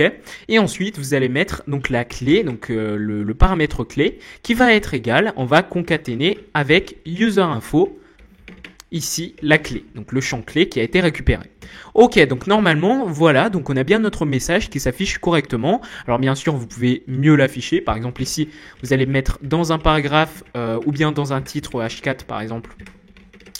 Ici, vous allez écrire voici votre adresse de confirmation, comme ceci. Et ensuite, qu'est-ce qu'on va faire? Eh bien, tout simplement, on va mettre tout cela, donc le lien, dans un paragraphe. Alors ici, bien évidemment, c'est du code HTML, puisqu'ici, on a autorisé du code HTML. On a mis la valeur booléenne à true, donc c'est parfait. Alors, du coup, eh bien, on va refermer tout ça. On va refermer la balise P qu'on a créée. Ok, c'est parfait. Alors bien sûr, vous pouvez stocker tout ça dans un lien et ensuite pour que l'utilisateur puisse directement cliquer sur le lien. Alors là, on va pas le faire puisqu'on peut très bien copier-coller le lien en fait. Ok, c'est parfait, sauf que maintenant, il va falloir créer ce fichier confirm-action.php. Mais on va le faire plus tard. Pour l'instant, ce qu'on va venir faire, c'est tout simplement de vérifier si notre système fonctionne bien. Donc maintenant, normalement, si vous avez bien effectuer tout cela. Alors déjà, on va commenter notre code parce que là, c'est un peu le bordel. Si l'utilisateur valide le formulaire, comme ceci. Ici, si l'email est bien rentré. Ici, données à faire passer dans la requête, comme ceci. Ensuite, ici, insérer l'utilisateur, tout simplement, dans la table users. Ensuite ici, ça va être récupérer les informations de l'utilisateur. Et ici par exemple, on peut spécifier bien sûr l'identifiant et la clé. Et enfin, si l'utilisateur existe, donc ça c'est la condition. Donc si l'user existe, donc normalement, il devrait exister parce qu'on l'a inséré juste avant. Et ensuite, qu'est-ce qu'on va venir faire? Eh bien, on va envoyer le mail. Voilà, comme ceci. Et voilà, normalement, tout devrait fonctionner. Alors, dans send email action également, enfin non, pas la peine parce que c'est de la promotion orientée objet, c'est déjà assez spécifique. Pourquoi pas, avant la fonction, on va juste écrire fonction pour envoyer le mail et c'est parfait. Alors bien sûr, ici au niveau de mon mot de passe, je vais le rentrer par la suite quand on va exécuter notre code. D'ailleurs, on va tout de suite le faire. Donc ici, si j'actualise ma page et que maintenant je rentre donc l'adresse email de l'utilisateur, comme ceci, donc normalement... Ah oui, et j'ai oublié de vous dire quelque chose de très important. Pour pouvoir en fait envoyer le mail à partir de votre adresse email en question, ce que vous devez faire, c'est dans les paramètres de Gmail, vous devrez autoriser les logiciels tiers, enfin les logiciels externes à Google de pouvoir envoyer un mail à partir de votre compte. Sinon, ça ne va pas fonctionner. Ici, PHP Mailer, il doit se connecter à votre compte Gmail pour pouvoir envoyer un mail à une autre personne. Et du coup, si vous autorisez pas ça sur Gmail, vous ne pourrez pas envoyer votre mail. Donc, pour autoriser ça, vous devez aller dans votre compte Google, et vous allez, déjà, on va venir se connecter sur le compte de French Coder, donc le compte de l'auteur en question. Et ensuite, vous allez donc normalement, si je me trompe pas, alors ici, non, ouais, vous cliquez sur les petits points là, donc sur les applications Google, vous cliquez sur compte. Voilà. Et ensuite, ici, qu'est-ce que vous devrez faire? Vous allez dans sécurité. Voilà, vous allez dans l'onglet sécurité. Et ce que vous allez devoir faire, c'est tout simplement ici, au niveau des accès moins sécurisés des applications, vous allez donc cliquer sur activer l'accès, juste ici. Alors par défaut, il est à désactiver. C'est normal parce que Gmail n'autorise pas d'autres applications externes à se connecter à votre compte Google. Alors que là, nous, ce qu'on veut, c'est autoriser Google à permettre à PHPMailer de se connecter à notre compte. Donc vous cliquez sur activer l'accès, voilà, comme ceci. Et ici, vous redirige vers cette page et vous cliquez juste ici sur le petit bouton. Donc vous activez. Donc maintenant, il vous dit que ça a été mis à jour. Alors, vous voyez pas le message mise à jour tout simplement parce que j'ai coupé l'écran en deux. Mais normalement, il vous dit mise à jour. Donc sinon, bah, c'est bon. Donc ensuite, bah, une fois que vous avez autorisé tout ça, ce que vous allez pouvoir faire maintenant, c'est de tester votre système. Pour cela, eh bien, pourquoi pas ici, on va venir s'inscrire avec un nouveau compte. Bah non, du coup, vu en fait, j'allais mettre une fausse adresse email, alors qu'en fait, bah, si je mets une fausse adresse email, bah, il va pas pouvoir envoyer l'email en question. Donc moi, ce que je vais venir faire pour éviter d'à chaque fois créer un nouveau compte Google, eh bien, je vais utiliser thumbmail.org. Thumbmail.org va tout simplement nous permettre de créer des adresses email temporaires. Donc ça, c'est plutôt pratique pour tout ce qui est essai, etc. Donc cet outil, je l'utilise beaucoup en ce moment pour pouvoir donc créer mes projets. Donc ici, je clique sur copier dans le presse-papier. Voilà, donc on a bien notre email qui a été généré temporairement. Donc ça dure 10 minutes, je me trompe pas, ou bien même 1 heure ou une journée. Bon, bref. Ici, on va tout simplement coller cette adresse au niveau de notre champ adresse email. Donc si je m'inscris, donc je clique sur s'inscrire. Ici, comme vous pouvez le voir, on a bien notre message, un email de confirmation vous a été envoyé par mail pour vous authentifier sur le site. Donc ça veut dire que là, tout fonctionne à merveille. Notre message notre email de confirmation a bien été envoyé à l'adresse en question. Si je vais dans ma base de données, ici dans ma table users, je la parcours. Et ici, comme vous pouvez le voir, on a bien l'utilisateur qui a été inscrit avec son adresse email, sa confirmation qui est pour l'instant à 0. Pourquoi? Alors, je vais supprimer par contre l'email de Jean ici. Donc, sa confirmation ici, donc le champ confirme est à 0 parce qu'il n'est pas encore confirmé sur le site. Il doit accéder à l'email de confirmation, il doit copier donc l'URL de confirmation, la coller dans son navigateur et ensuite là, on pourra effectuer notre système pour confirmer l'utilisateur sur notre site. Et là, on a bien l'identifiant, l'email, la confirmation et la clé. Ok, donc ça veut dire que dans notre mail, normalement, on devrait avoir l'identifiant passé en paramètre 4 et la clé, donc 4 860 627. Donc si je vais bien ici dans Thumbmail, j'actualise, normalement je devrais avoir mon mail. Et voilà, comme vous pouvez le voir, ici, on a bien le mail qui a bien été envoyé. Ici, comme vous pouvez le voir, le nom, c'est French Coder, donc c'était la variable name qu'on avait saisie tout à l'heure. Ici, l'objet, c'était la variable subj. SUBJ, et ici on a bien l'objet, donc email de confirmation. Donc si je clique dessus, normalement ici, on devrait, voilà, comme vous pouvez le voir, accéder. Donc ici on a bien notre message H4, et ici on a bien notre paragraphe avec notre petit lien. Donc maintenant, bah ici, si je copie ce lien et que je le colle sur un autre onglet, ça va pas fonctionner tout simplement parce que mon fichier confirm user action n'existe pas encore. Et là, si vous regardez bien, on a bien donc l'identifiant numéro 4 qui a été passé en paramètre et on a bien cette clé-là, comme vous pouvez le voir, la clé qui correspond au compte de l'utilisateur. Et maintenant, ce qu'on va pouvoir faire, c'est pourquoi pas d'effectuer, donc de créer notre fichier déjà confirm user action.php et grâce à ce fichier-là, on va pouvoir donc modifier la variable ici.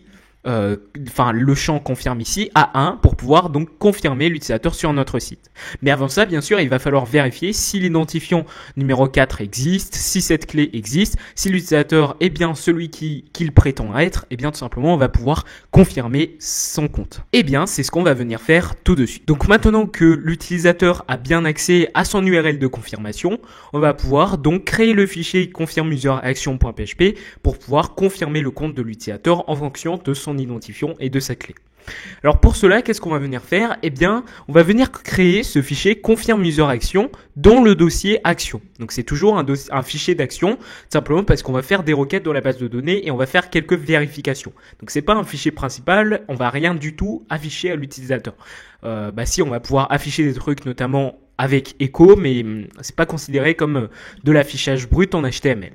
Donc, dans le dossier action, on va venir créer ce fichier. Alors, c'était confirm user action.php. Donc, je copie juste le nom. Voilà, comme ceci. Alors, excusez-moi. Voilà. OK. Et donc, maintenant, on a bien notre fichier. Donc, maintenant, si je copie et je colle donc ce lien dans un nouvel onglet, on devrait bien tomber ici dans le fichier confirm user action.php.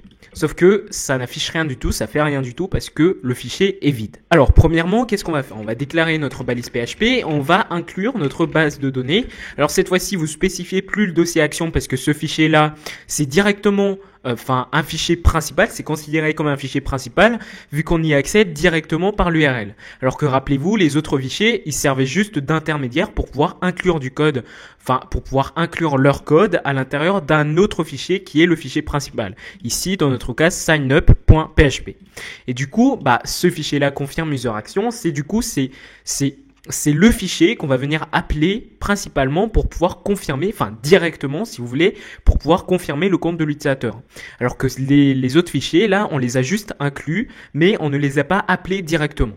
Du coup, vu que c'est un fichier principal, c'est considéré comme un fichier principal, eh bien, par rapport à ce fichier-là, la base de données, donc le fichier database.php se trouve directement à côté, donc dans le même dossier, ici, donc comme vous pouvez le voir, et du coup, pas la peine de spécifier action, pas la peine de spécifier le dossier action. Donc ici, vous spécifiez database.php comme ceci, et qu'est-ce que vous allez venir faire? On va déjà vérifier s'il y a bien un identifiant et une clé qui ont été rentrés en paramètre dans l'URL. Pourquoi? Parce que si l'utilisateur ne rentre rien ici, on va rien faire du tout. Donc pour cela, eh bien, on va faire un if iset get id. Alors pourquoi if iset get id? Tout simplement parce que le iset, encore une fois, permet de vérifier si une variable existe. Donc ici, on vérifie si la variable, si la variable id existe dans l'URL. Et pour récupérer une variable d'une URL, un paramètre d'URL, on utilise la méthode get, comparée à la méthode post qui nous sert à récupérer des données d'un formulaire. Donc ici, on utilise bien la méthode get pour récupérer des données de l'URL. Et ici, on dit qu'on veut récupérer l'identifiant. Et on vérifie également si cet identifiant-là n'est pas vide. Donc ça va être if, empty, get id. Alors, excusez-moi, j'ai mis des apostrophes. Voilà, get id. Donc voilà. Alors pourquoi on vérifie si elle existe et si il n'est pas vide? Eh bien tout simplement parce qu'ici, on peut très bien spécifier l'identifiant en paramètre, mais sans pour autant spécifier une valeur. Donc ici, nous on veut le paramètre et la valeur. Alors ici, il nous dit qu'il y a une erreur, c'est très simple parce qu'on n'a pas encore terminé notre condition. Donc calme-toi. Donc ici, qu'est-ce qu'on va venir faire également? On va vérifier si la clé existe. Pareil. Donc ici, on met and iset get clé, donc le paramètre clé qui a été passé en paramètre dans l'URL, et ensuite on vérifie également si cette clé n'est pas vide.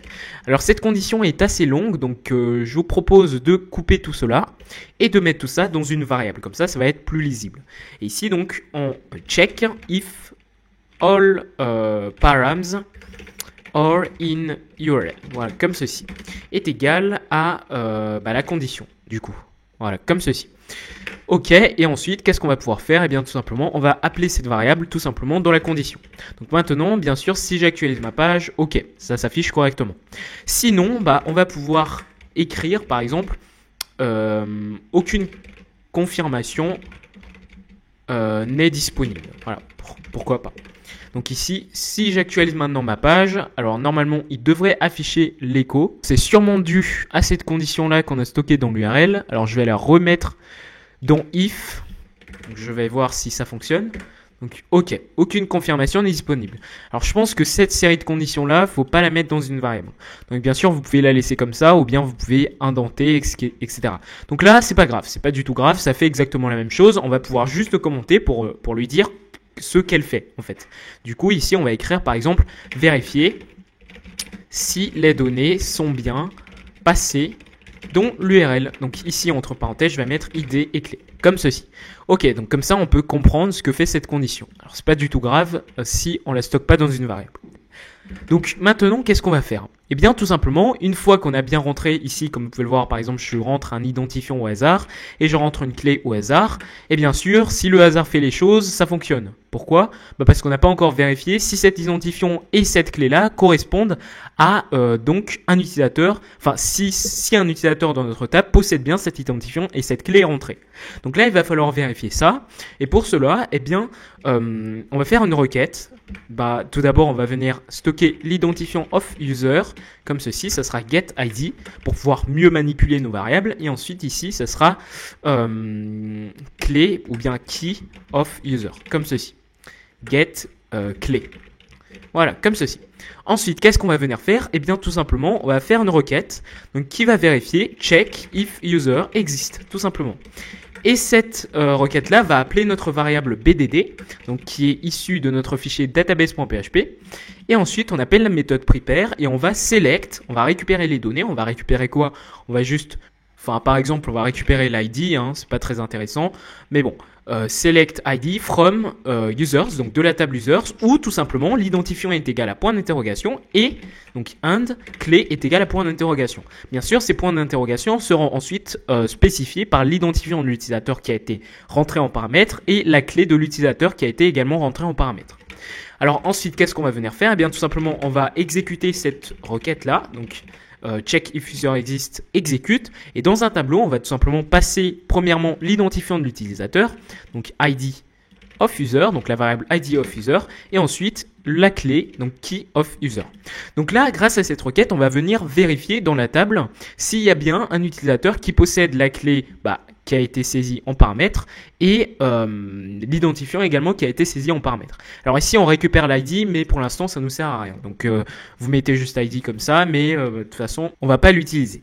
Donc ici, on va faire une condition pour vérifier si la requête, si les données récupérées par cette requête, si le nombre de données récupérées par cette requête est supérieur à 0, ça veut dire que s'il y a bien un utilisateur qui existe sur notre site. Donc pour cela, on spécifie la requête et on spécifie la méthode rawcount de PDO statement. Et cette méthode va tout simplement nous permettre de compter le nombre de données récupérées lors de cette requête. Et si le nombre de données est supérieur à 0, eh bien tout simplement, on va pouvoir exécuter notre code ici. Sinon, donc ici else, eh bien tout simplement, on va afficher un message d'erreur comme quoi pourquoi pas le même message, aucune confirmation n'est disponible. Mais on va être plus explicite en disant que l'utilisateur n'existe pas. Voilà. Donc maintenant, si j'actualise ma page, et ici, rappelez-vous, j'ai rentré un identifiant au hasard et une clé au hasard. Si j'actualise ma page, comme vous pouvez le voir, aucune confirmation n'est disponible, l'utilisateur n'existe pas. Et là maintenant, si par contre ici, je rentre un identifiant exact, c'est-à-dire qu'un utilisateur possède bien cet identifiant, mais que je rentre une clé au hasard, comme ceci, et par exemple ici, je rentre l'identifiant numéro 4, si je ne me trompe pas. Ouais, donc si j'actualise ma page, regardez, on nous dit quand même que l'utilisateur n'existe pas. Et c'est là que joue un rôle très important, c'est là que la clé joue un rôle très important. Parce que rappelez-vous ici, quand on spécifie pas la clé, au début je vous ai dit que quand on n'utilisait que l'identifiant pour pouvoir confirmer un compte, c'est une grosse erreur de sécurité. Parce que en fait, si un utilisateur lambda ici rentre l'identifiant numéro 4 par exemple, ici on n'a pas le paramètre clé, si l'utilisateur rentre cet identifiant là et qu'il lance le code, qu'il lance la page, tout simplement il va confirmer le compte de l'utilisateur en question qui possède cet identifiant numéro 4 sans que l'autre utilisateur sache qu'il a bien été confirmé sur le site. Et du coup, ça, c'est un problème parce que un utilisateur lambda pourra confirmer le compte d'un autre utilisateur à sa place. Donc ici, il faut bien spécifier une clé. Donc une clé assez longue pour empêcher que l'utilisateur puisse retrouver la clé. Donc ici, on a généré, rappelez-vous, une clé entre 1 million et 9 millions. Et du coup, ici, on a donc un nombre à 6 chiffres. Et normalement, l'utilisateur peut chercher la clé en question, mais il ne trouvera pas parce que c'est une clé générée au hasard. Bien sûr, il peut passer des des heures plutôt à chercher cette clé. Mais personne n'est aussi patient. Donc maintenant, si je spécifie la bonne clé, c'est-à-dire ici la clé générée 4 860 627, voilà, comme ceci, j'actualise. Alors là, gros bug, il m'affiche toujours le même message, c'est pas normal. Et oui, parce qu'ici, au lieu de déclarer la variable avec un seul dollar, j'ai mis 2 dollars. Donc ça, c'est un gros problème. Donc maintenant, si j'actualise ma page, bien sûr, le message d'erreur disparaît. Donc là, on accède bien au compte de l'utilisateur en question. Et maintenant, une fois qu'on a vérifié si cet utilisateur existe bel et bien, qu'est-ce qu'on va pouvoir faire? On va confirmer son compte. Pour cela, il suffit tout simplement de modifier la valeur de confirme du champ confirme ici de l'utilisateur qui était par défaut à 0, on va le mettre à 1 pour lui dire qu'il est confirmé sur le site. Pour cela, comment est-ce qu'on va faire ça? Tout simplement, on va exécuter une requête qu'on va appeler par exemple edit confirm ou bien par exemple confirm user on website. Voilà, ça sera plus pratique comme ceci. Est égal à BDD. Voilà, donc BDD, prepare, comme d'habitude la méthode prepare pour pouvoir exécuter une requête.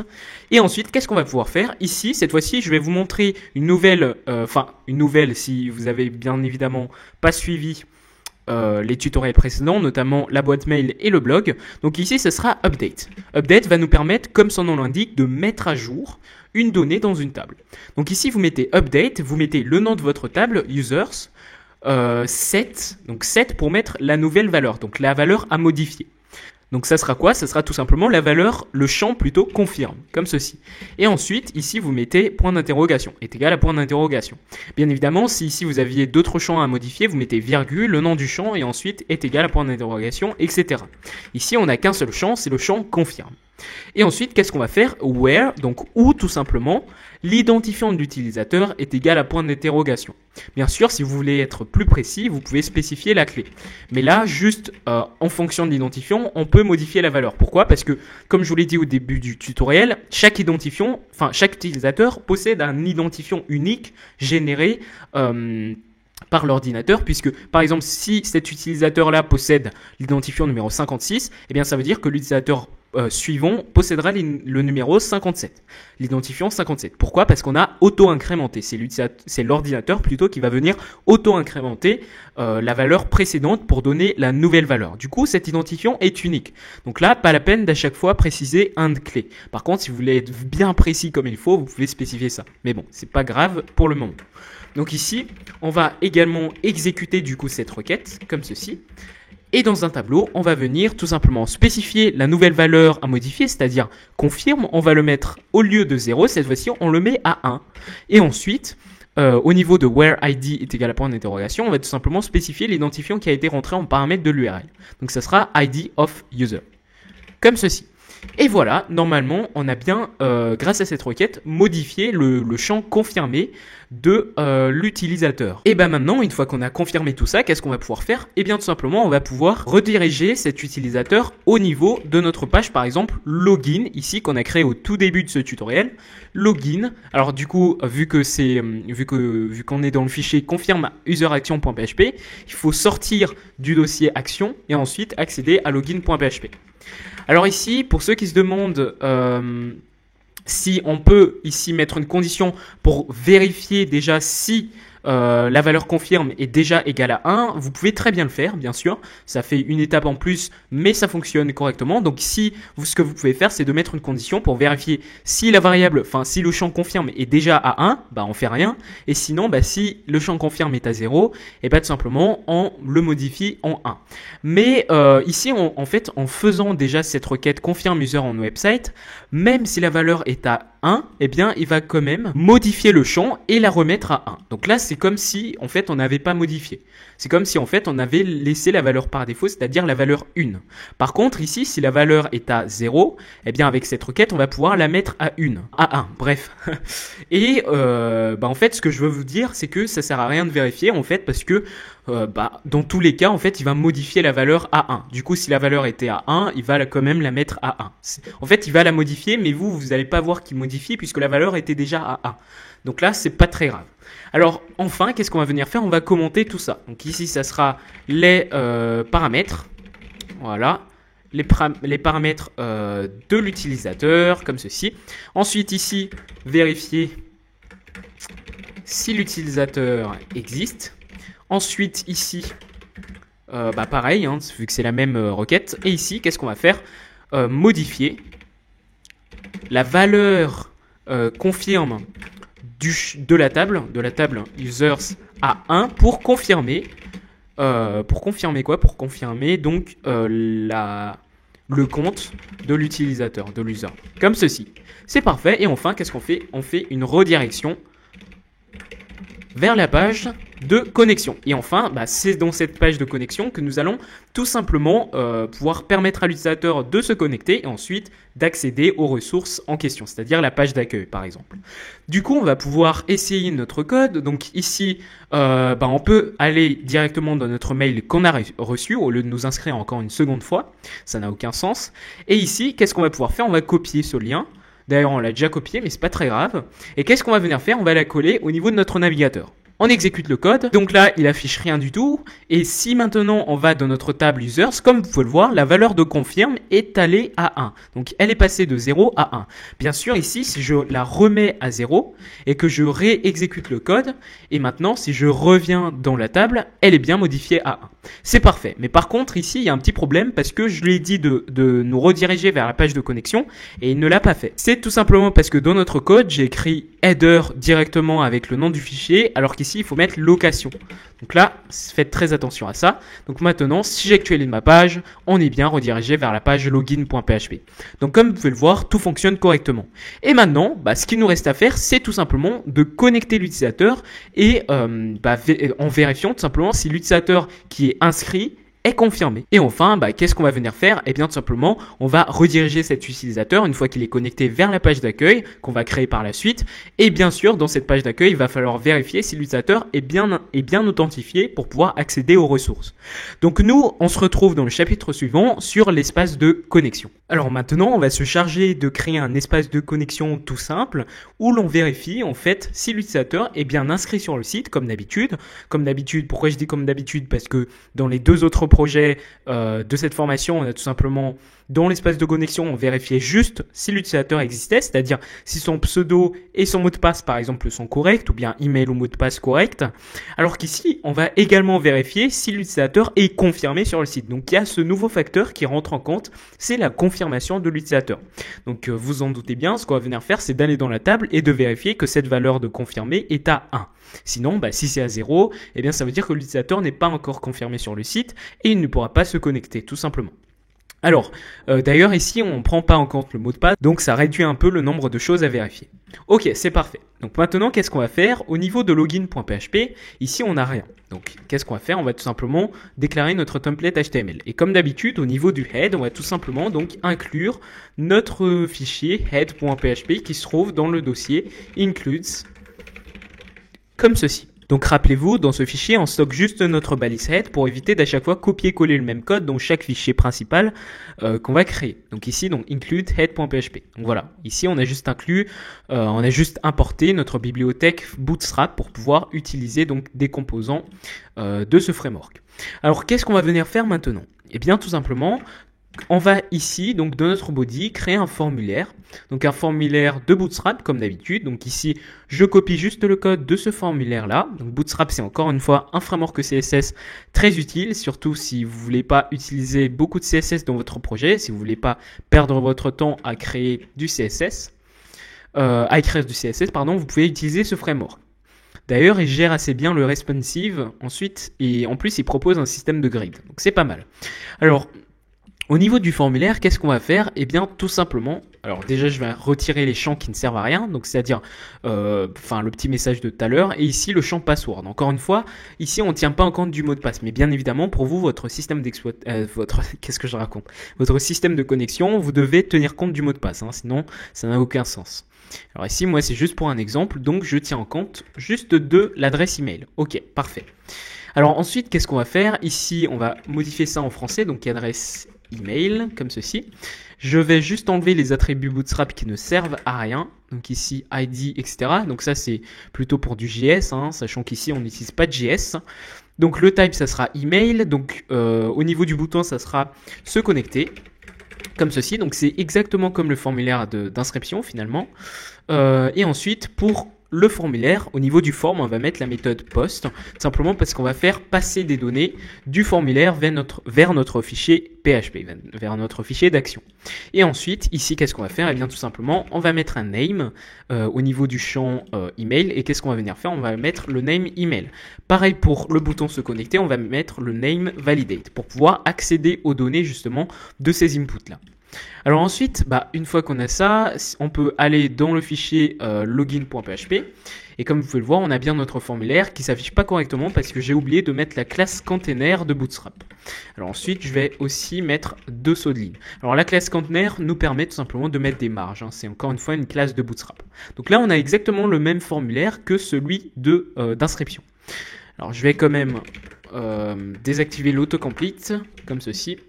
Donc là, ok, parfait. Alors qu'est-ce qu'on va venir faire maintenant? Eh bien tout simplement, on va créer un autre fichier, donc un autre fichier d'action qu'on va appeler par exemple loginaction.php pour pouvoir permettre à l'utilisateur de se connecter sur le site. Et qu'est-ce qu'on va faire à l'intérieur? On va déjà déclarer notre balise PHP sans la refermer encore une fois. Et qu'est-ce qu'on va faire? On va déjà inclure notre base de données comme d'habitude. Alors ici, ça sera dans le dossier action et ça sera database.php. Pourquoi? Parce que ici, cette fois-ci, c'est un fichier qui nous sert d'écrire du code PHP qu'on va inclure dans le fichier principal, c'est-à-dire login.php.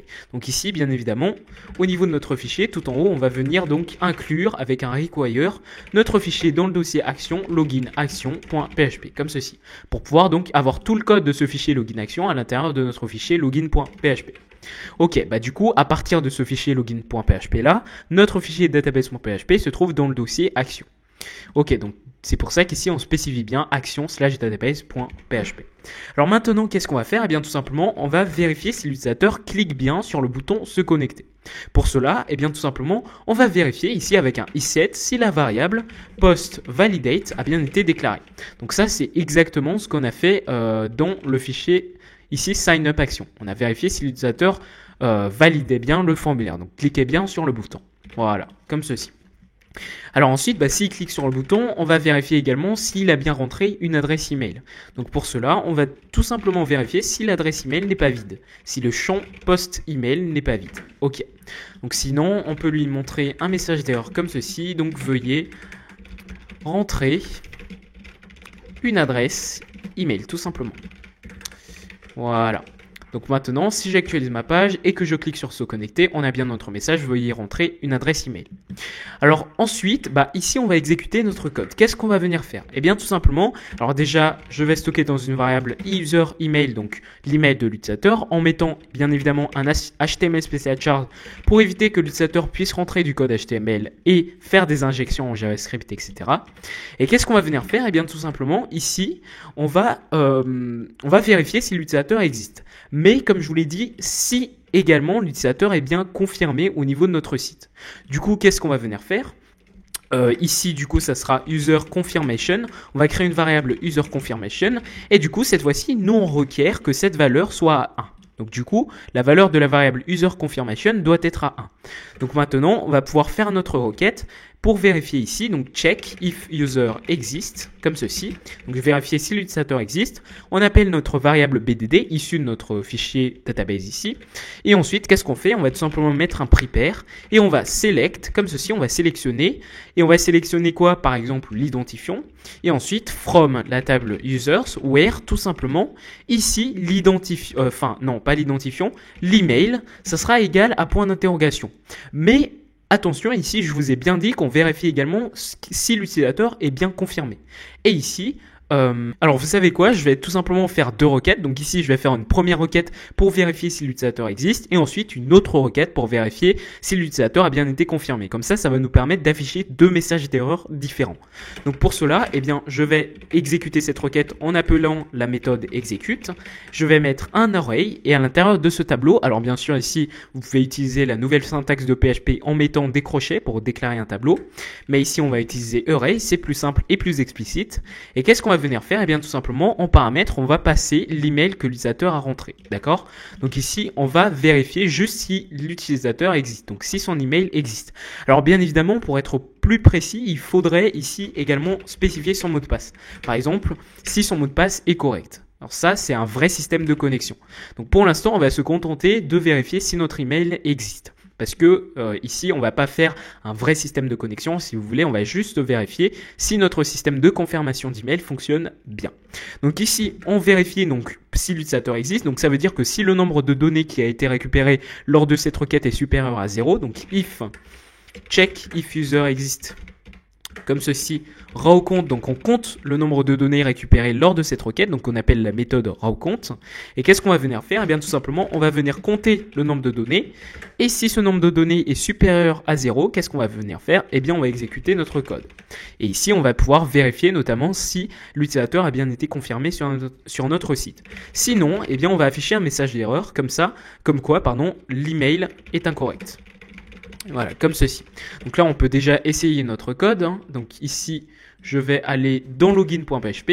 Et qu'est-ce que je vais venir faire ici? Tout simplement, par exemple, je vais mettre une mauvaise adresse email, comme par exemple toto@gmail.com.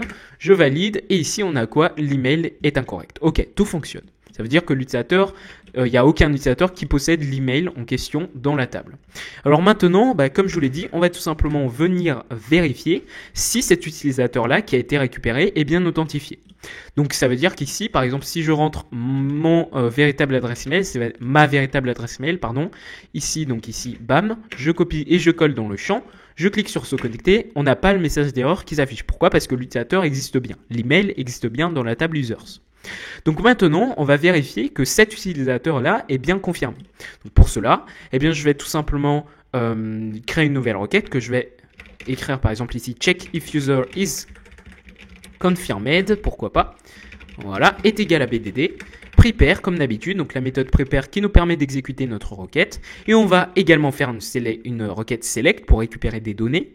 Et ici, par exemple, vous savez quoi, on va pas faire de deuxième requête puisque ça sert strictement à rien d'avoir une deuxième requête, Ici, ce qu'on va pouvoir faire, c'est de créer une variable que je vais appeler par exemple confirm status of user, comme ceci. Confirm status of user. Et qu'est-ce que je vais faire? Eh bien, tout simplement, ici, je vais lui dire que ça sera égal à la donnée qui a été récupérée lors de cette requête lorsqu'on a vérifié si l'utilisateur existe. Donc ici, on va faire un fetch pour stocker toutes les données qui ont été récupérées dans cette requête-là, check if user existe. Et du coup, nous, ce qu'on souhaite récupérer, c'est le statut de confirmation de l'utilisateur. Sauf qu'ici, lors de la requête, on a passé juste ici, on lui a dit qu'on veut récupérer uniquement l'identifiant. Donc ici, à la place de l'identifiant, moi, ce que je vous conseille de faire, c'est de récupérer le champ confirme, donc la valeur du champ confirme. Et ensuite, tout simplement, cette variable confirm status of user sera égale à l'ancienne valeur qu'on a récupérée ici. Voilà. Mais cette fois-ci, on va tout simplement spécifier donc la valeur confirme, comme ceci, c'est parfait. Et ensuite, on va tout simplement mettre une condition, comme quoi, si cette valeur-là confirme status of user est égale à 0, est égal à 1 plutôt, ou bien tout simplement est égal à user confirmation, puisque là, rappelez-vous, on a stocké la valeur 1 à l'intérieur de cette variable user confirmation.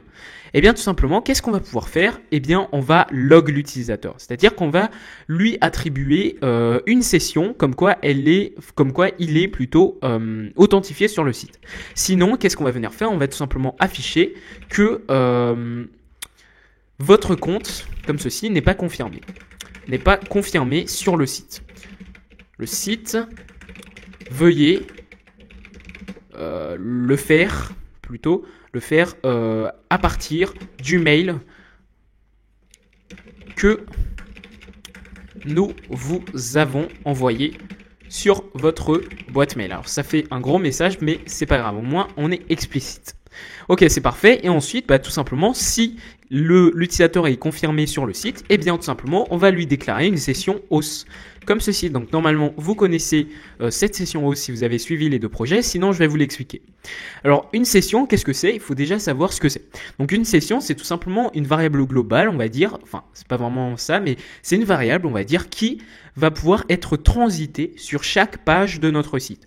Tout simplement en déclarant sur chaque page de notre site la variable session start, comme ceci. Session start. Et en déclarant cette session start là, on va pouvoir accéder à toutes les valeurs, enfin à toutes les variables session de notre site. Ça veut dire qu'ici, dans notre, vous allez voir que par exemple dans notre fichier qu'on va créer pour tout à l'heure, donc dans la page d'accueil, donc par exemple index.php, on va pouvoir déclarer notamment cette session start là. Et qu'est-ce qu'on va pouvoir faire? Eh bien tout simplement, on va pouvoir accéder à cette variable session host. Ça veut dire qu'on a pu faire transiter des variables à l'intérieur de notre site, à l'intérieur de nos différents fichiers de notre site.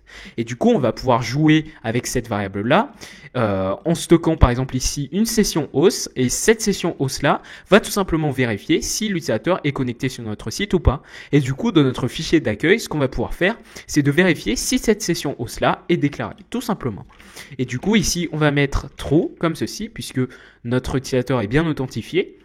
Et qu'est-ce qu'on va faire? On va tout simplement le rediriger header location dans la page index.php comme ceci. Et la page index.php, on va la créer bien évidemment. On va la créer dans le projet ici index.php. Et voilà pour l'instant. Et ensuite, on revient dans notre fichier loginaction.php et on va commenter notre code. Donc ici, vérifier si les champs sont remplis comme ceci. Ici, on vérifie quoi? On vérifie, données passées lors des requêtes. Voilà. Ensuite, ici, vérifier si l'user existe, comme ceci. Ici, donc, le statut de l'utilisateur. Le statut de confirmation, si vous voulez. Voilà. Et ensuite, vérifier si l'utilisateur est bien confirmé sur le site, tout simplement. Et ensuite, s'il est confirmé, on authentifie l'utilisateur avec la session host, comme ceci. Donc, authentifier. Et enfin, qu'est-ce qu'on va faire? On va redirection donc, de l'utilisateur vers page d'accueil et entre parenthèses index.php comme ceci. Donc comme vous pouvez le voir, on a bien documenté notre code, documenté toutes les étapes de notre code. Donc maintenant, si on actualise notre page et que maintenant par exemple, si ici, regardez, je vais modifier la valeur de confirmer ici au niveau de l'utilisateur Viridac blablabla là, donc je mets à 0, et normalement si ici j'essaie de me connecter sous le compte de cette adresse email, voilà, qui est absolument illisible. Donc je clique dessus, je copie et je colle son adresse email, je clique sur se connecter, et là il nous dit votre compte n'est pas confirmé sur le site, veuillez le faire à partir du mail que nous vous avons envoyé sur votre boîte mail, même on pourrait rajouter lors de l'inscription. Alors pourquoi il nous affiche ce message d'erreur? Tout simplement parce qu'il n'est pas confirmé. Sa valeur confirme ici est à 0. Par contre, si on revient dans le mail qu'on nous a envoyé et qu'on confirme cette adresse email dans un nouvel onglet, bam, je suis redirigé vers la page de connexion. Et maintenant, dans la même page de connexion, si j'actualise mon code et que je remets donc l'adresse email en question, alors si je parcours ma table ici, si je l'actualise, ma valeur confirmée est bien à 1, puisqu'on vient de se confirmer. Et ensuite, je copie ici l'adresse email, je me connecte. Alors ici, il nous dit tout le temps qu'on n'est pas confirmé sur le site. Alors c'est sûrement dû ici, je pense que c'est cette condition-là qui n'est pas bonne. Du coup ici, je pense que si on met directement 1, ça devrait fonctionner. Donc là, ok, si je me relog, ok, se connecter. Ok, tout fonctionne correctement. C'était juste ici, il fallait mettre 1 au lieu de la variable user confirmation. Alors, je pense qu'il n'a pas pris en compte cette variable. Alors aujourd'hui, mes variables, elles ont des problèmes. Pourtant, ils se trouvent bien dans le même bloc. Ouais, bon, c'est pas grave. Donc de toute façon, c'est la même valeur. Donc ici, ok, on peut enlever ça. Ici, ok, c'est parfait. Donc voilà, ici, vous remplacez juste la variable par 1. Si vous avez le même problème... alors je vais essayer de le régler, mais en tout cas mettez 1 et ça devrait fonctionner, il n'y aura aucun problème. On est bien redirigé vers la page index.php, c'est-à-dire vers la page d'accueil. Mais maintenant en fait le problème c'est que même si l'utilisateur n'est pas connecté sur le site, eh bien il va pouvoir quand même accéder à cette page index.php. Donc moi, je vais vous donner une petite astuce. Dans le fichier, dans le dossier action, vous allez par exemple ici créer un fichier security action.php et à l'intérieur de ce fichier-là, eh bien tout simplement, on va déclarer notre session de start pour pouvoir justement accéder à toutes les sessions, enfin à la session hausse. Et qu'est-ce que je vais faire? Eh bien tout simplement ici, je vais tout simplement mettre une condition et je vais vérifier ici je vais vérifier plutôt si la variable session hausse n'est pas déclarée. Donc ici, en fait, lors de la connexion, rappelez-vous, si ici dans login action, si tout se passe bien, on déclare bien notre variable session hausse. Et du coup ici, si l'utilisateur n'est pas connecté, ça veut dire que cette variable session hausse n'existe pas. Et ici, c'est ce qu'on vérifie dans ce fichier securityAction.php. Ici, on vérifie bien si cette session n'existe pas. Et si cette session n'existe pas, c'est parfait, on va pouvoir rediriger l'utilisateur vers la page login.php. Tout simplement, vers la page de connexion. Et tout simplement, dans votre fichier index.php, qu'est-ce que vous allez venir faire? Eh bien, tout simplement, vous allez inclure ce fichier-là, donc action, security action, .php comme ceci. Donc bien sûr, si j'actualise ma page, si j'actualise ma page, tout se passe bien. On n'est pas redirigé vers login.php parce qu'on vient de se connecter. Par contre, si je crée par exemple ici un système de déconnexion très rapidement, donc par exemple ici, je vais créer un système de déconnexion très rapidement, donc logout action.php. Donc ça rentre pas dans le tuto, mais bon, vous pouvez quand même vous inspirer pour votre système de déconnexion.